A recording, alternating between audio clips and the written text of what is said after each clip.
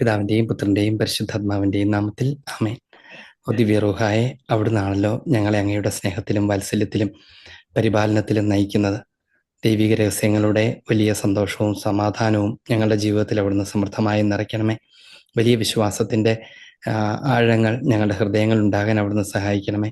ഞങ്ങളുടെ എല്ലാ പ്രവൃത്തികളിലും ദൈവിക സന്തോഷവും സമാധാനവും ആനന്ദവും നിലനിൽക്കാനും അതിന് കാരണമായി തീരുന്ന സ്വർഗരാജ്യത്തെക്കുറിച്ചുള്ള സ്വപ്നങ്ങളിൽ ഞങ്ങൾ വളർന്നു വരാൻ ഞങ്ങളെ അനുഗ്രഹിക്കണമേ. അങ്ങയ്ക്ക് പ്രീതികരമായ വിധത്തിൽ ജീവിക്കാൻ അവിടുന്ന് ഞങ്ങളെ പ്രാപ്തരാക്കണമേ. ഞങ്ങളുടെ കുറവുകളെ അവിടുന്ന് നിരന്തരം പരിഹരിക്കണമേ. നല്ല ഈശോയെ, അങ്ങയുടെ മനുഷ്യാവതാരത്തിൻ്റെ ഉദ്ദേശവും ലക്ഷ്യവും ഞങ്ങളോട് സംസാരിക്കുക എന്നതായിരുന്നു എന്ന് ഞങ്ങൾക്കറിയാം. അങ്ങ് ഞങ്ങളോടുകൂടെ ആയിരിക്കാൻ ഭൂമിയിലേക്ക് വന്നു. അങ്ങ് ഞങ്ങളോട് സംസാരിക്കാൻ, ഞങ്ങളോടൊപ്പം മനുഷ്യനായി ജീവിക്കുകയും വളരുകയും മനുഷ്യരുടെ ഭാഷയിൽ സംസാരിക്കുകയും ചെയ്തു. അവിടുന്ന് പൂർണ്ണ ദൈവവും പൂർണ്ണ മനുഷ്യനുമാണ് എന്ന് ഞങ്ങൾക്കറിയാം. പൂർണ്ണ ദൈവവും പൂർണ്ണ മനുഷ്യനുമായ അങ്ങയിലൂടെ വെളിപ്പെടുത്തപ്പെട്ട ദൈവിക രഹസ്യങ്ങളാണല്ലോ വിശുദ്ധ ലിഖിതങ്ങളായി മാറുന്നത്. നല്ല ദൈവമേ, വിശുദ്ധ ലിഖിതങ്ങൾ അവ അങ്ങയെ പ്രഘോഷിക്കുന്നു. വിശുദ്ധ ലിഖിതങ്ങളെക്കുറിച്ചുള്ള അജ്ഞത അങ്ങയെക്കുറിച്ചുള്ള അജ്ഞതയാണ്. നല്ല ദൈവമേ, അങ്ങയെക്കുറിച്ചുള്ള അറിവ് സ്വർഗരാജ്യത്തെക്കുറിച്ചുള്ള അറിവാണ്. അതിലേക്ക് പ്രവേശിക്കാൻ, സ്വർഗരാജ്യത്തിലേക്ക് പ്രവേശിക്കാനുള്ള ഒരുക്കവുമാണ്. ഞങ്ങളെ സ്വർഗരാജ്യത്തിൻ്റെ വ്യക്തികളാക്കി അവിടുന്ന് വളർത്തണമേ, പരിശീലിപ്പിക്കണമേ. അങ്ങയുടെ കൃപകളിൽ അവിടുന്ന് ഞങ്ങളെ കൂടുതൽ കൂടുതൽ ജ്വലിപ്പിക്കണമേ. വിശ്വാസബോധ്യങ്ങൾ അവിടുന്ന് ഞങ്ങൾക്ക് സമൃദ്ധമായി നൽകണമേ. പരിശുദ്ധ മാതാവേ അമ്മ, ഞങ്ങൾക്കായി പ്രാർത്ഥിക്കണമേ. നന്മ നിറഞ്ഞ മറിയമേ സ്വസ്തി, കർത്താവ് അങ്ങയോട് കൂടെ സ്ത്രീകളിൽ അങ്ങ് അനുഗ്രഹിക്കപ്പെട്ടവളാകുന്നു. അങ്ങയുടെ ഉദരത്തിന്റെ ഫലമായി ഈശോ അനുഗ്രഹിക്കപ്പെട്ടവനാകുന്നു. പരിശുദ്ധ മറിയമേ തമ്പുരാന്റെ അമ്മേ, പാപികളായ ഞങ്ങൾക്ക് വേണ്ടി ഇപ്പോഴും ഞങ്ങളുടെ മരണസമയത്ത് തമ്പുരാനോട് അപേക്ഷിച്ചുകൊള്ളണമേ. ആമേൻ. ഞങ്ങൾ തിരുനാൾ ആഘോഷിക്കുന്ന വിശുദ്ധ ലൂക്കായുടെ വലിയ മാധ്യസ്ഥം ഞങ്ങളോട് കൂടെ ഉണ്ടായിരിക്കട്ടെ. സുവിശേഷത്തിന് വേണ്ടി ജീവിതം സമർപ്പിക്കുകയും സുവിശേഷവും അപ്പസ്തോല പ്രവർത്തനങ്ങളും ഒക്കെ രചിക്കുകയും ചെയ്ത വിശുദ്ധ ലൂക്കായുടെ ശക്തമായ മാധ്യസ്ഥം ഈ സമയത്ത് ദൈവിക രഹസ്യങ്ങൾ ഗ്രഹിക്കാൻ, വിശുദ്ധ വചനങ്ങൾ ഗ്രഹിക്കാൻ ഞങ്ങൾക്ക് സഹായകരമാവുകയും ചെയ്യട്ടെ. കർത്താവായ യേശു നമ്മെ എല്ലാവരെയും ആശീർവദിക്കട്ടെ, ഇപ്പോഴും എപ്പോഴും എന്നേക്കും. ആമേൻ. ശംസിഹായ്ക്ക് സ്തുതിയായിരിക്കട്ടെ. നമ്മളിന്ന് തുടക്കത്തിൽ സൂചിപ്പിച്ചതുപോലെ 100ാമത്തെ ക്ലാസ്സിലേക്ക് പ്രവേശിക്കുകയാണ്. 100 ക്ലാസ്സുകൾ എന്ന് പറയുമ്പം ചെറിയൊരു സംഖ്യയായിട്ട് നമുക്ക് തോന്നിയാലും അതൊരു 3-4 വർഷങ്ങളെങ്ങാണ്ടാണെന്നാണ് എനിക്ക് തോന്നുന്നത്. 3-4 വർഷം എൻ്റെയൊക്കെ ചെറുപ്പത്തിലെങ്ങാണ്ട് തുടങ്ങിയതാണെന്ന് തോന്നുന്നു നമ്മുടെ വത്തിക്കാൻ കൗൺസിൽ ക്ലാസ്സുകൾ. നമ്മൾ വീണ്ടും ഒരുമിച്ച് കൂടിയിരിക്കുകയാണ്. ഈ ക്ലാസ്സോടുകൂടെ നമ്മൾ പരിശുദ്ധ സൂനഹദോസിൻ്റെ 2ാം വത്തിക്കാൻ സൂനഹദോസിൻ്റെ 2ാമത്തെ പ്രധാനപ്പെട്ട ഡോക്യുമെന്റ് നമ്മളിന്ന് പൂർത്തിയാക്കുന്നു എന്നും പറയാൻ പാടില്ല. കാരണം അത്രമാത്രം വിപുലമായ ഒരു കാര്യത്തെ നമ്മൾ കുറച്ച് ക്ലാസ്സുകൾ കൊണ്ട് പൂർത്തിയാക്കി എന്നൊക്കെ പറയുന്നത് അത് അത്ര ക്ഷമിക്കപ്പെടാവുന്ന കുറ്റമായിരിക്കില്ലെന്നാണ് ഞാൻ വിചാരിക്കുന്നത്. എന്തായാലും നമ്മൾ അതിനെക്കുറിച്ചുള്ള പഠനം താൽക്കാലികമായി പൂർത്തീകരിക്കുന്നു എന്ന് മാത്രമാണ് പറയാവുന്നത്. നമ്മൾ കഴിഞ്ഞ ക്ലാസ്സുകളിലൊക്കെ സംസാരിച്ചതുപോലെ 2ാം വത്തിക്കാൻ കൗൺസിലിൻ്റെ പ്രബോധനങ്ങൾ പല ഘട്ടങ്ങളിലായിട്ടാണ്, പല ഘട്ടങ്ങളിലല്ല, പല കാറ്റഗറിയിലാണ്. അതിൽ ഏറ്റവും പ്രധാനപ്പെട്ട, ഏറ്റവും സുപ്രധാനമായ കാറ്റഗറി എന്ന് പറയുന്നത് കോൺസ്റ്റിറ്റ്യൂഷൻസ് ആണ് എന്ന് നമുക്കറിയാം. ഈ കോൺസ്റ്റിറ്റ്യൂഷൻസിനകത്ത് തന്നെയും 2 ഡോഗ്മാറ്റിക് കോൺസ്റ്റിറ്റ്യൂഷൻസ് ആണ്. എന്ന് പറഞ്ഞാൽ സൈദ്ധാന്തിക സ്വഭാവമുള്ള കോൺസ്റ്റിറ്റ്യൂഷൻസ് ആണ്. എന്ന് പറഞ്ഞാൽ പൂർണ്ണമായ പ്രബോധന സ്വഭാവം ഉള്ള, എല്ലാത്തിനും പ്രബോധന സ്വഭാവമാണുള്ളത്, ആധികാരികമായ മജിസ്റ്റേരിയൽ പ്രബോധന സ്വഭാവമുള്ള ഡോക്യുമെന്റുകളാണല്ലോ അത്. അതുകൊണ്ടാണ് ഈ 2 ഡോക്യുമെന്റുകളെ നമ്മൾ കുറച്ച് കൂടുതൽ ആഴത്തിൽ പഠിക്കേണ്ടതുണ്ട്. ഇത് പഠിക്കുക മാത്രമല്ല, ശരിക്കും പറഞ്ഞാൽ ഒരു വേദപഠനം, വിശ്വാസ പരിശീലനം പോലെ തന്നെയാണത്. അത് കാറ്റഗറ്റിക്കലാണ്. സ്വാഭാവികമായും സഭയുടെ അടിസ്ഥാന വിശ്വാസ രഹസ്യങ്ങളെ ആഴത്തിൽ സ്പർശിക്കുന്ന ഡോക്യുമെന്റുകളാണ് ഈ 2 പ്രധാനമായിട്ട്. 4 ഡോഗ്മാറ്റിക് കോൺസ്റ്റിറ്റ്യൂഷൻസും പ്രധാനപ്പെട്ടതാണ്. അതിനകത്ത് ഈ 2 ഒന്ന് തിരുസഭയെക്കുറിച്ചുള്ളതാണ്, 2ാമത്തെ ദൈവവചനത്തെക്കുറിച്ചുള്ളതാണ്. ഇത് ശരിക്കും ഇങ്ങനെ മനസ്സിലാക്കുമ്പോൾ തന്നെ നമുക്ക് മനസ്സിലാവും നമ്മുടെ വിശ്വാസത്തിന്റെ ഒക്കെ അടിസ്ഥാനം നിലനിൽക്കുന്നത് ഈ 2 പ്രധാനപ്പെട്ട പില്ലറുകളാണ്. ആദ്യത്തേത് ഒന്ന് പരിശുദ്ധ സഭാജീവിതം, സഭയിലുള്ള വിശ്വാസം, സഭ എന്താണെന്നുള്ള തിരിച്ചറിവ്, സഭയുടെ പ്രബോധനങ്ങളെക്കുറിച്ചുള്ള ധാരണ. ഇതാണ് ഒരർത്ഥത്തിൽ പറഞ്ഞാൽ അത് തന്നെയാണ് വിശ്വാസത്തിന്റെ ഒരു പാരമ്പര്യം എന്ന് പറയുന്നത്. സൈക്രഡ് ട്രഡീഷൻ എന്ന് വിളിക്കാവുന്നത് അത് ഒരു പരിധി വരെ തിരുസഭയെ മൊത്തത്തിലാണ്. തിരുസഭയുടെ ജീവിതവും തന്നെയാണ് ഈ സേക്രഡ് ട്രഡീഷൻ, വിശുദ്ധ പാരമ്പര്യം. അപ്പൊ വിശുദ്ധ പാരമ്പര്യവും വിശുദ്ധ വചനവുമാണ് വിശ്വാസത്തിന്റെ ആധാരം. അപ്പൊ രണ്ടാമത്തെ ഡോഗ്മാറ്റിക് കോൺസ്റ്റിറ്റ്യൂഷൻ അത് വിശുദ്ധ ലിഖിതങ്ങളെ കുറിച്ചുള്ളതാണ് എന്ന് നമ്മൾ മനസ്സിലാക്കി. നമ്മളതുകൊണ്ടാണ് നിങ്ങൾ പഠിച്ചുകൊണ്ടിരുന്നത്. അപ്പൊ അങ്ങനെ ഈ രണ്ട് ഡോഗ്മാറ്റിക് കോൺസ്റ്റിറ്റ്യൂഷൻസ് ആണ് നമ്മൾ ഇന്നത്തെ ക്ലാസ്സോട് കൂടെ ഒരു ചെറുതായിട്ടൊന്ന് വൈൻഡപ്പ് ചെയ്തിട്ട് അടുത്ത ഡോക്യുമെന്റിലേക്ക് പോകുന്നത്. അടുത്ത ഡോക്യുമെന്റ് നമുക്ക് വളരെ പ്രധാനപ്പെട്ട ദൈവാരാധനയെക്കുറിച്ചുള്ള പഠനമാണ്. അടുത്ത ക്ലാസ്സിൽ നമ്മൾ ഒരുമിച്ച് ചേരുമ്പോൾ നമ്മൾ ആരംഭിക്കാൻ പോകുന്നത് ദൈവാരാധനയെക്കുറിച്ചുള്ള പഠനത്തെക്കുറിച്ചാണ്. അത് വലിയ പ്രാധാന്യം അർഹിക്കുന്ന ഒരു പഠനമാണ് അത് തീർച്ചയായിട്ടും. കാരണം വിശ്വാസവും സഭാജീവിതവും വിശുദ്ധ ഗ്രന്ഥവും വിശ്വാസ ജീവിതത്തിലേക്ക് പ്രവേശിക്കുന്നത് ദൈവാരാധനയിലൂടെയാണ്. അപ്പം അതിനെക്കുറിച്ച് നമുക്ക് അടുത്ത ക്ലാസ്സുകൾ തൊട്ട് പറഞ്ഞു തുടങ്ങാവുന്നതാണ്. നമ്മൾ ഈ കഴിഞ്ഞ 2-3-4 വർഷങ്ങൾ കൊണ്ട് സംസാരിച്ചുകൊണ്ടിരുന്നത് മുഴുവനും വിശുദ്ധ ലിഖിതങ്ങളെ കുറിച്ചാണ്. എന്താണ് ഈ വിശുദ്ധ ലിഖിതം? അതെങ്ങനെയാണ് രൂപപ്പെട്ടത്? എന്താണ് അതിൻ്റെ ഉള്ളിലുള്ളത്? അത് ആരാണത് എഴുതിയത്? ആ എഴുതിയ രീതി എന്തായിരുന്നു? എന്താണ് നമുക്ക് അതിൽ നിന്ന് പഠിക്കാനുള്ളത് എന്ന് തുടങ്ങി ഒട്ടനവധി വിഷയങ്ങൾ, പഴയ നിയമത്തെക്കുറിച്ച്, പുതിയ നിയമത്തെക്കുറിച്ച്, ദൈവനിവേശനത്തെക്കുറിച്ചൊക്കെ ഒത്തിരി കാര്യങ്ങൾ നമ്മൾ പഠിച്ചു. അതിനുശേഷം നമ്മൾ അതിന്റെ പ്രായോഗിക വശങ്ങളിലൂടെ നമ്മൾ കടന്നുപോയി. വിശുദ്ധ ഗ്രന്ഥത്തെക്കുറിച്ചുള്ള പഠനം വിശുദ്ധ ഗ്രന്ഥത്തെ നേരിട്ട് അപ്രോച്ച് ചെയ്യാതെ ചെയ്യുന്നത് ഒരിക്കലും ഉചിതമായിരിക്കില്ല എന്നുള്ളത് കൊണ്ടാണ് നമ്മൾ അങ്ങനെ ചെയ്തത്. നമ്മൾ ആദ്യം ഈ ദൈവവർബം എന്ന ദൈവ ആവിഷ്കരണത്തെക്കുറിച്ചുള്ള ഡോക്യുമെന്റിന്റെ പല ഭാഗങ്ങൾ നമ്മൾ പഠന വിഷയമാക്കി, ആദ്യം വിഷയബന്ധിതമായിട്ട്. അതിനുശേഷം നമ്മൾ അതിനെ ഏതാണ്ടൊരു വേർഡ് ടു വേർഡ് എന്നതുപോലെ വായിച്ചും പറഞ്ഞും നമ്മൾ അതിനെ കടന്നു പോവുകയും ചെയ്തു. അങ്ങനെ ചെയ്യാനുള്ള കാരണം ആദ്യം തീമാറ്റിക് ആയിട്ട് സംസാരിക്കുന്നത് കുറച്ചുകൂടി ഉചിതമാണെന്ന് തോന്നിയതുകൊണ്ടാണ് ഞാൻ അതിനെ തീമാറ്റിക് ആയിട്ട് വന്നത്. അതിനുശേഷം അതിനെ കൗൺസിൽ നമുക്ക് തരുന്നത് പോലെ അടുക്കിപ്പറക്കി ക്രമമായി പറയുകയും ചെയ്തു. അതിനുശേഷമാണ് നമ്മൾ വിശുദ്ധ ലിഖിതങ്ങളെ നേരിട്ട് പഠിക്കാനുള്ള ശ്രമം തുടങ്ങിയത്. ആ പഠനം അതത്ര എളുപ്പമല്ല എന്നും അത്ര ചെറുതല്ല എന്നും നമുക്കറിയാം. അതുകൊണ്ട് ചെയ്തത് കുറച്ച് ദുർഗ്രഹ സ്വഭാവമുള്ള വചനഭാഗങ്ങളെ നേരിട്ട് പരാമർശിക്കുകയും വചനഭാഗങ്ങളെ വായിക്കുകയൊക്കെ ചെയ്താണ് നമ്മൾ പഠിച്ചത്. അപ്പൊ അതിന് നമ്മൾ വിശുദ്ധ ഗ്രന്ഥത്തിന്റെ ആദ്യത്തെ പുസ്തകത്തെയും പഠനവിധേയമാക്കി, അവസാനത്തെ പുസ്തകത്തെയും പഠനവിധേയമാക്കി. പിന്നെ ഇടയ്ക്കുള്ള ചില സംശയങ്ങൾ, ചോദ്യങ്ങൾ, അങ്ങനെ കുറച്ച് ദുർഗ്രഹ സ്വഭാവമുള്ള വചനഭാഗങ്ങൾ, ഈശോ എന്തുകൊണ്ടാണ് അത്തിവരത്തെ ശപിച്ചത്, ഇങ്ങനെ തുടങ്ങുന്ന കുറച്ച് കാര്യങ്ങൾ നമ്മൾ ഇതിനിടയ്ക്കൂടെ പഠിച്ചുപോയി. ഇന്ന് നമ്മൾ ഈ ക്ലാസ്സിൽ ഇത് കൺക്ലൂഡ് ചെയ്യുന്നതിന്റെ ഭാഗമായിട്ടാണ് ഞാനിങ്ങനെ എന്താ നമ്മൾ ചെയ്തുകൊണ്ടിരുന്നത് എന്ന് പറഞ്ഞത്. നമുക്കിനി ഇന്ന് കുറച്ച് സംസാരിക്കാനുള്ള ഒരു വിഷയം, വെളിപാട് പുസ്തകവും നമുക്കങ്ങനെ മുഴുവൻ സംസാരിക്കാൻ പറ്റില്ല എന്ന് നിങ്ങൾക്ക് മനസ്സിലായിട്ടുണ്ടെന്ന് നമുക്കറിയാം. അതിന്റെ ആദ്യ ഭാഗങ്ങൾ നമ്മൾ സംസാരിച്ചു. നമ്മളതിനെക്കുറിച്ച് പറഞ്ഞു. പ്രത്യേകിച്ച് 7 സഭകൾക്ക് എഴുതിയിരിക്കുന്ന കത്തുകളെ കുറിച്ച് നമ്മൾ പറഞ്ഞു. അതിനു മുമ്പ് വെളിപാടിന്റെ പൊതു സ്വഭാവത്തെക്കുറിച്ച്, അതിന്റെ അപ്പോകാലിപ്റ്റിക് ലിറ്ററേച്ചർ, അതിന്റെ സ്റ്റൈൽ എന്താണെന്ന് പറഞ്ഞു. അതിലുപയോഗിക്കുന്ന അടയാളങ്ങൾ, പ്രതീകങ്ങൾ തുടങ്ങിയവയുടെ പ്രത്യേകതകൾ എന്താണെന്ന് പറഞ്ഞു. ഇനി വേർഡ് ടു വേർഡ് വ്യാഖ്യാനിക്കുവാണെങ്കിൽ ഏത് വിധത്തിലാണത് വ്യാഖ്യാനിക്കേണ്ടത് എന്ന് നമുക്കൊരു ചെറിയൊരു പരിചയം ഉണ്ടാകാൻ വേണ്ടി മാത്രം നമ്മൾ അതിലെ ചില ഭാഗങ്ങൾ എടുത്ത് നമ്മൾ വ്യാഖ്യാനിക്കുകയും ചെയ്തു.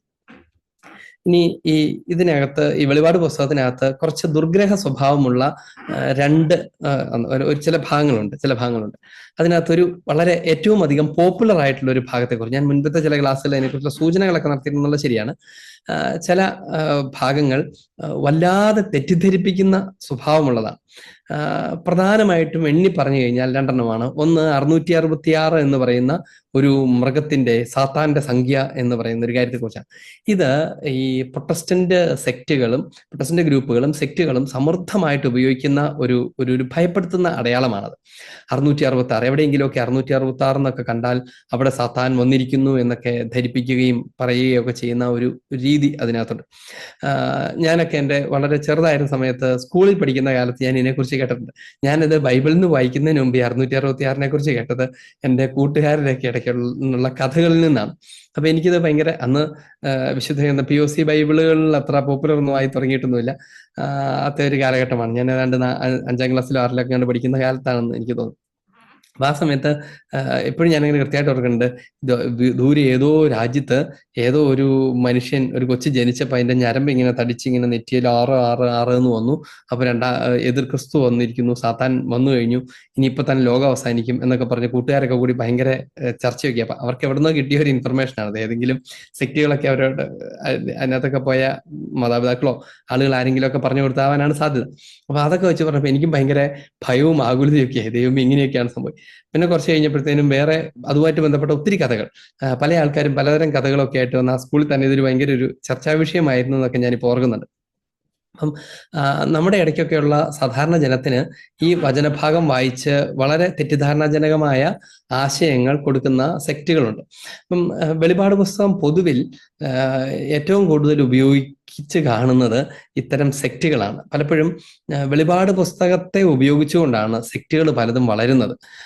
എംബർ ഇമ്മാനുവൽ, ഈ സ്പിറ്റിൻ ജീസസ് തുടങ്ങിയ സെക്റ്റുകൾ വളരെ ഇങ്ങനെ വലിയ സെക്റ്റുകൾ എന്ന് പറയാവുന്ന കൂടുതൽ ആളുകളെ അപകടത്തിൽപ്പെടുത്തുന്ന സെക്റ്റുകൾ. ആ സെക്റ്റുകളുടെ ഒക്കെ പ്രധാനപ്പെട്ട പ്രബോധന വിഷയം വെളിപാട് പുസ്തകമാണ്. അതെന്തുകൊണ്ടാണ് അവരങ്ങനെ എടുക്കുന്നതെന്ന് ചോദിച്ചാൽ അതിനകത്തൊരു അവ്യക്തതയുണ്ട്. അത് പ്രതീകാത്മക ഭാഷയിലാണ് സംസാരിക്കുന്നത്. അപ്പൊ അതിന്റെ അവ്യക്തതയുണ്ട്. അപ്പം അത് പെട്ടെന്ന് ദൈവം ഒളിച്ചു വെച്ചേക്കുന്ന ചില സൂത്രങ്ങളാണ് ഇതിനകത്തുള്ളത്. ലോകാവസാനത്തെ കുറിച്ചാണ് പറയുന്നത്. കണ്ടോ, ഇവിടെ ഇങ്ങനെ സംഭവിച്ചു, അപ്പൊ അത് ഇതിനകത്ത് പറഞ്ഞിട്ടുള്ളതാണ്. എന്തിന് ഈ കഴിഞ്ഞ ദിവസം കൂടെ എന്നോട് 1-2 പേര് കൂടി ചോദിച്ചതാണ്, ഈ ഇങ്ങനെ ഈ ചിപ്പുകളൊക്കെ ശരീരത്തിൽ വെക്കുന്നതിനെ കുറിച്ചൊക്കെ കേൾക്കുന്നു. ചിപ്പ് വെച്ച് തുടങ്ങി കഴിഞ്ഞാൽ അപ്പോൾ സാത്താൻ വന്നു എന്നാണല്ലോ അതിന്റെ അർത്ഥം, അങ്ങനെ ലോകം അവസാനിക്കുമല്ലേ എന്നൊക്കെ എന്നോട് കഴിഞ്ഞ ദിവസം 2-3 ദിവസം പോലും ആൾക്കാർ ചോദിച്ചത് ഞാൻ ഓർക്കും. ആളുകളുടെ ഇടയ്ക്ക് ഇതൊരു ഭയങ്കര ആശങ്കയാണ്. ഇങ്ങനത്തെ കുഞ്ഞു കുഞ്ഞു കാര്യങ്ങളൊക്കെ എവിടെന്നെങ്കിലുമൊക്കെ വാർത്തകൾ പോലെ കഷ്ണങ്ങളൊക്കെ പറക്കിയെടുക്കും. ലോകത്ത് എവിടെയെങ്കിലും ഒരു യുദ്ധം വന്നാൽ, എന്തിനെക്കുറിച്ച് ഏതൊരു കാര്യം വന്നാൽ, എന്തെങ്കിലും ടെക്നോളജി ഡെവലപ്പ് ചെയ്താൽ, ഇനി ഇതൊന്നും ഇല്ലെങ്കിൽ ബൈബിളിലെ ചില കാര്യങ്ങളെ നാട്ടിലുള്ള ചില കാര്യങ്ങളുമായിട്ട് പെട്ടെന്ന് അങ്ങനെ അസോസിയേറ്റ് ചെയ്തിട്ട് അവർക്ക് ഇഷ്ടമുള്ളതുപോലെ, ഇതിന്റെ പുറകെ ഒരു പ്രോപ്പർ ആയിട്ടുള്ള ഒരു സ്ക്രിപ്ചറൽ സ്റ്റഡിയൊന്നുമില്ല, തോന്നുന്ന പോലെ പെട്ടെന്ന് അങ്ങ് അസോസിയേറ്റ് ചെയ്തിട്ട് ആളുകളെ ഭയപ്പെടുത്തുകയും അവർക്ക് തോന്നുന്ന ആശയങ്ങൾ പ്രചരിപ്പിക്കുകയും ആളെ കൂട്ടുകയും അങ്ങനെ കൂടുന്ന ആളുകളെ ഉപയോഗിച്ച് ഉപജീവനം നടത്തുകയും ചെയ്യുന്നത് നമ്മൾ കാണും. അത് ഭയങ്കര ഖേദകരമായ ഒരു സാഹചര്യമാണ്. അതിലേറ്റവും ശക്തമായിട്ടുള്ള, എന്നാൽ വെളിപാട് പുസ്തകത്തിൽ തന്നെ പോസിറ്റീവായിട്ടുള്ള ഭാവാത്മകമായ സന്തോഷപ്രദമായ ധാരാളം കാര്യങ്ങളുണ്ട്. അല്ലെങ്കിൽ സഭയെക്കുറിച്ച് ആഴത്തിൽ പഠിപ്പിക്കുന്ന, വിശ്വാസത്തെക്കുറിച്ച് പഠിപ്പിക്കുന്ന, രക്തസാക്ഷ്യത്തെക്കുറിച്ച് പഠിപ്പിക്കുന്ന ഒത്തിരി കാര്യങ്ങളുണ്ട്. അതൊന്നും പരിഗണിക്കുകയേ ചെയ്യില്ല. പകരം ഇങ്ങനെ ക്യൂരിയോസിറ്റി ഉണ്ടാക്കുന്ന ചില കാര്യങ്ങളെക്കുറിച്ചാണ് കൂടുതൽ സംസാരിക്കാറ്. അപ്പം അതെന്താണ് അതിനകത്തുള്ളത്, എന്താണ് അതിന്റെ പശ്ചാത്തലം എന്നതിനെക്കുറിച്ച് ഒരു ചെറിയ ധാരണ ഉണ്ടാകണമല്ലോ എന്ന് കരുതിയിട്ടാണ് ഞാൻ ഈ 13-ാം അധ്യായത്തെക്കുറിച്ച് സംസാരിക്കാമെന്ന് വിചാരിച്ചു. 13-ാം അധ്യായത്തെക്കുറിച്ച് അതിന് സമയം കുറച്ച് കിട്ടുവാണെങ്കിൽ നമുക്ക് 12-ാം അധ്യായവും 14-ാമത്തെ അധ്യായത്തിന്റെ ചില ഭാഗങ്ങളോട് നമുക്ക് പറയാൻ പറ്റും. 13-ാം അധ്യായം ആരംഭിക്കുന്നത് ഇങ്ങനെയാണ്: കടലിൽ നിന്ന് കയറി വരുന്ന ഒരു മൃഗത്തെ ഞാൻ കണ്ടു. കടലിൽ നിന്ന് കയറി വരുന്ന ഒരു മൃഗത്തെ ഞാൻ കണ്ടു. അതിന് 10 കൊമ്പും 7 തലയും, കൊമ്പുകളിൽ 10 കിരീടങ്ങളും, തലയിൽ ദൈവദൂഷണപരമായ നാമങ്ങളും ഉണ്ടായിരുന്നു. ഞാൻ കണ്ട മൃഗം പുള്ളിപ്പുലിയെ പോലെയിരുന്നു. അതിന്റെ കാലുകൾ കരടിയുടേതുപോലെ, വായ് സിംഹത്തിൻ്റെതുപോലെ.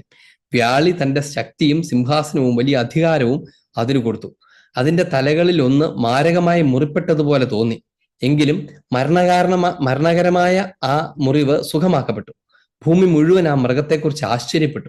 മൃഗത്തിന് അധികാരം നൽകിയ നിമിത്തം അവർ വ്യാളിയെ ആരാധിച്ചു. ഇങ്ങനെ പറഞ്ഞുകൊണ്ട് അവർ മൃഗത്തെയും ആരാധിച്ചു. ഈ മൃഗത്തെ പോലെ ആരുണ്ട്? ഇതിനോട് പോരാടാൻ ആർക്ക് കഴിയും? നോക്കുക, ഒരു പ്രത്യേകതരം മൃഗത്തെക്കുറിച്ച് പറയുകയാണ്. നമ്മൾ ഒരിക്കലും കണ്ടിട്ടില്ലാത്ത തരത്തിലുള്ള ഒരു മൃഗം. എന്നാൽ ആ മൃഗത്തിന്റെ ശരീരഭാഗങ്ങളൊക്കെ നമ്മൾ കണ്ടിട്ടുള്ളത് പോലെയാണ്. കരടിയുടേതുപോലത്തെ കാലും സിംഹത്തിൻ്റെതുപോലത്തെ വായും ഒക്കെയുള്ള ഒരു മൃഗം എന്നാണ് പറയുന്നത്. ഈ മൃഗത്തിന്റെ പ്രത്യേകതയുണ്ട്. അത് കടലിൽ നിന്ന് കയറി വന്ന മൃഗമാണ്. അതിന്റെ തലകളിലൊന്നും, അതിന് കുറെ തലകളുണ്ടെന്നാണ്. അത് ഭയങ്കര രസകരമാണ്. അതിന് 10 കൊമ്പും 7 തലയും, കൊമ്പുകളിൽ 10 കിരീടങ്ങളും, തലയിൽ ദൈവദൂഷണപരമായ നാമങ്ങളും ഒക്കെ ഉണ്ടായിരുന്ന ഒരു പ്രത്യേകതരം ജീവി. അതിന്റെ തലയിൽ മാരകമായി മുറിവേറ്റതുപോലെ തോന്നി എന്ന് രേഖപ്പെടുത്തുന്നു. എന്നിട്ട് എങ്കിലും മരണകരമായ ആ മുറിവ് സുഖമാക്കപ്പെട്ടു. ഭൂമി മുഴുവൻ ആ മൃഗത്തെക്കുറിച്ച് ആശ്ചര്യപ്പെട്ടു എന്നൊക്കെയാണ് നമ്മൾ വായിക്കുന്നത്. ഇതെന്ത് തരം മൃഗമാണ് എന്നായിരിക്കും നമ്മൾ ആലോചിച്ചുകൊണ്ടിരിക്കുന്നത്. ഇത് എന്തുതരം മൃഗമാണെന്ന് ചോദിച്ചാൽ ഇത് ഭൂമിയിലുള്ള ഒരു തരം മൃഗവുമല്ല, ഒരു മൃഗത്തെക്കുറിച്ചല്ല പറയുന്നത്. നമ്മൾ നേരത്തെ തൊട്ട് സംസാരിച്ചുകൊണ്ടിരുന്ന കാര്യമാണ് ഈ വെളിപാട് പുസ്തകം ആദിമ സഭയുടെ കൊടിയ മതമർദ്ദനങ്ങളിൽ അവരെങ്ങനെ പിടിച്ചു നിന്നു എന്നതിനെക്കുറിച്ചൊക്കെ സംസാരിക്കുന്ന വിശുദ്ധഗ്രന്ഥ ഭാഗമാണ്. ഈ മതമർദ്ദനമാണ് ഇതിന്റെ പ്രധാനപ്പെട്ട കോണ്ടെക്സ്റ്റ്. ആദിമ നൂറ്റാണ്ടിലെ ശക്തമായ മതമർദ്ദനം. ആ സമയത്ത് ഒത്തിരി പേര് വീണുപോയി, കുറെ പേര് വിശ്വാസം ഉപേക്ഷിച്ചു, കുറെ പേര് പതുക്കെ സൂത്രത്തിൽ ഞാനൊന്നും അറിഞ്ഞില്ല എന്നുള്ള പോലെ മാറി നിന്നു. എന്നാൽ വളരെയേറെ പേർ വിശ്വാസത്തിന് വേണ്ടി ജീവൻ കൊടുക്കാൻ തയ്യാറായി. ഒത്തിരി പേര് കൊല്ലപ്പെട്ടു. ബാക്കിയുള്ള ആളുകൾ കൊടിയ പീഡനങ്ങളിലൂടെ കടന്നുപോയി. എന്ന് പറഞ്ഞാൽ അവർക്ക് ജീവിക്കാൻ പോലും, അനുദിന ജീവിതം പോലും അസാധ്യമാകുന്നത് പോലത്തെ കൊടും പീഡനങ്ങളിലൂടെ പോയി. അവർ വല്ലാതെ കുറ്റപ്പെടുത്തപ്പെട്ടു, അവഹേളിക്കപ്പെട്ടു. അവര് രാജ്യദ്രോഹികളായി കണക്കാക്കപ്പെട്ടു. അങ്ങനെ തുടങ്ങി ക്ലേശകരമായ ഒരു കാലഘട്ടത്തിലൂടെ ഈ ആദിമസഭ കടന്നുപോയിരുന്നു. അപ്പൊ ആദിമസഭയോട് ദൈവം വിശുദ്ധ യോഹന്നാനിലൂടെ പ്രത്യാശ നൽകിക്കൊണ്ട് സംസാരിക്കുന്നതാണ് ശരിക്കും പറഞ്ഞാൽ വിശുദ്ധ യോഹന്നാൻ പ്രതീകാത്മകമായി രേഖപ്പെടുത്തുന്നത്. എന്ന് വെച്ചാൽ ഈ ജനത്തിന് കൊടുക്കേണ്ട പ്രത്യാശയുടെ സദ്വാർത്ത, സ്വർഗരാജ്യത്തെക്കുറിച്ചുള്ള തിരിച്ചറിവ്, ബോധ്യം, സ്വപ്നം, കാത്തിരിപ്പ്, ഇതെല്ലാം കർത്താവായ മിശിഹ വിശുദ്ധ യോഹന്നാന് നൽകിയതിനെ വിശുദ്ധ യോഹന്നാൻ തൻ്റെ കൂടെ രചനാ പാഠവും കൂടെ ഉപയോഗിച്ചുകൊണ്ട്, അതിനെക്കുറിച്ച് നമ്മൾ ദൈവനിവേശത്വം നേരത്തെ പറഞ്ഞിട്ടുള്ളത്, ഉപയോഗിച്ചുകൊണ്ട് പ്രതീകാത്മകമായ ഒരു ഭാഷയിൽ രേഖപ്പെടുത്തുകയാണ്. എന്തുകൊണ്ടാണ് പ്രതീകാത്മക ഭാഷയിൽ രേഖപ്പെടുത്തുന്നത് നമ്മൾ നേരത്തെ പറഞ്ഞായിരുന്നു. ഒന്ന്, അതൊരു വിശുദ്ധഗ്രന്ഥ രചനാശൈലിയാണ്. പഴയ നിയമത്തിനകത്തൊക്കെ ധാരാളം സ്ഥലങ്ങളിൽ ചില പുസ്തകങ്ങൾ തന്നെയും ഇതുപോലെ അപ്പക്കാലിപ്റ്റിക് സ്വഭാവത്തിൽ രേഖപ്പെടുത്തിയിട്ടുള്ളതാണ് എന്ന് നമ്മൾ നേരത്തെ പറഞ്ഞതൊക്കെ ഓർക്കുക. ഇനി അതാണ് ഒരു കാരണം, ഒരു വിശുദ്ധഗ്രന്ഥ രചനാശൈലിയാണ്. എന്തിനാണ് ആ രചനാശൈലി ഉപയോഗിക്കുന്നത്? പോസിറ്റീവായിട്ടുള്ള ഒരു കാര്യമുണ്ട്, നെഗറ്റീവായിട്ടുള്ള ഒരു കാരണമുണ്ട്. പോസിറ്റീവായിട്ടുള്ള കാരണം എന്ന് പറയുന്നത് ദൈവിക രഹസ്യങ്ങളെ, വിപുലമായ ദൈവിക രഹസ്യങ്ങളെ പ്രതീകങ്ങളിലൂടെ അവതരിപ്പിക്കുന്നത് ഭയങ്കരമായി കമ്മ്യൂണിക്കേറ്റീവാണ്. ഉദാഹരണത്തിന്, മനുഷ്യന്റെ പാപങ്ങൾ ഏറ്റെടുക്കുകയും കുരിശിൽ തറയ്ക്കപ്പെട്ട് മരിക്കുകയും അതേസമയം നിഷ്കളങ്കനായി മരണം പുൽകുകയും ഒക്കെ ചെയ്യുന്ന ഈശോയെ പ്രതിനിധീകരിക്കാൻ ദൈവത്തിന്റെ കുഞ്ഞാട് എന്ന് പറയുന്ന ഒറ്റ പ്രമേയം മതി.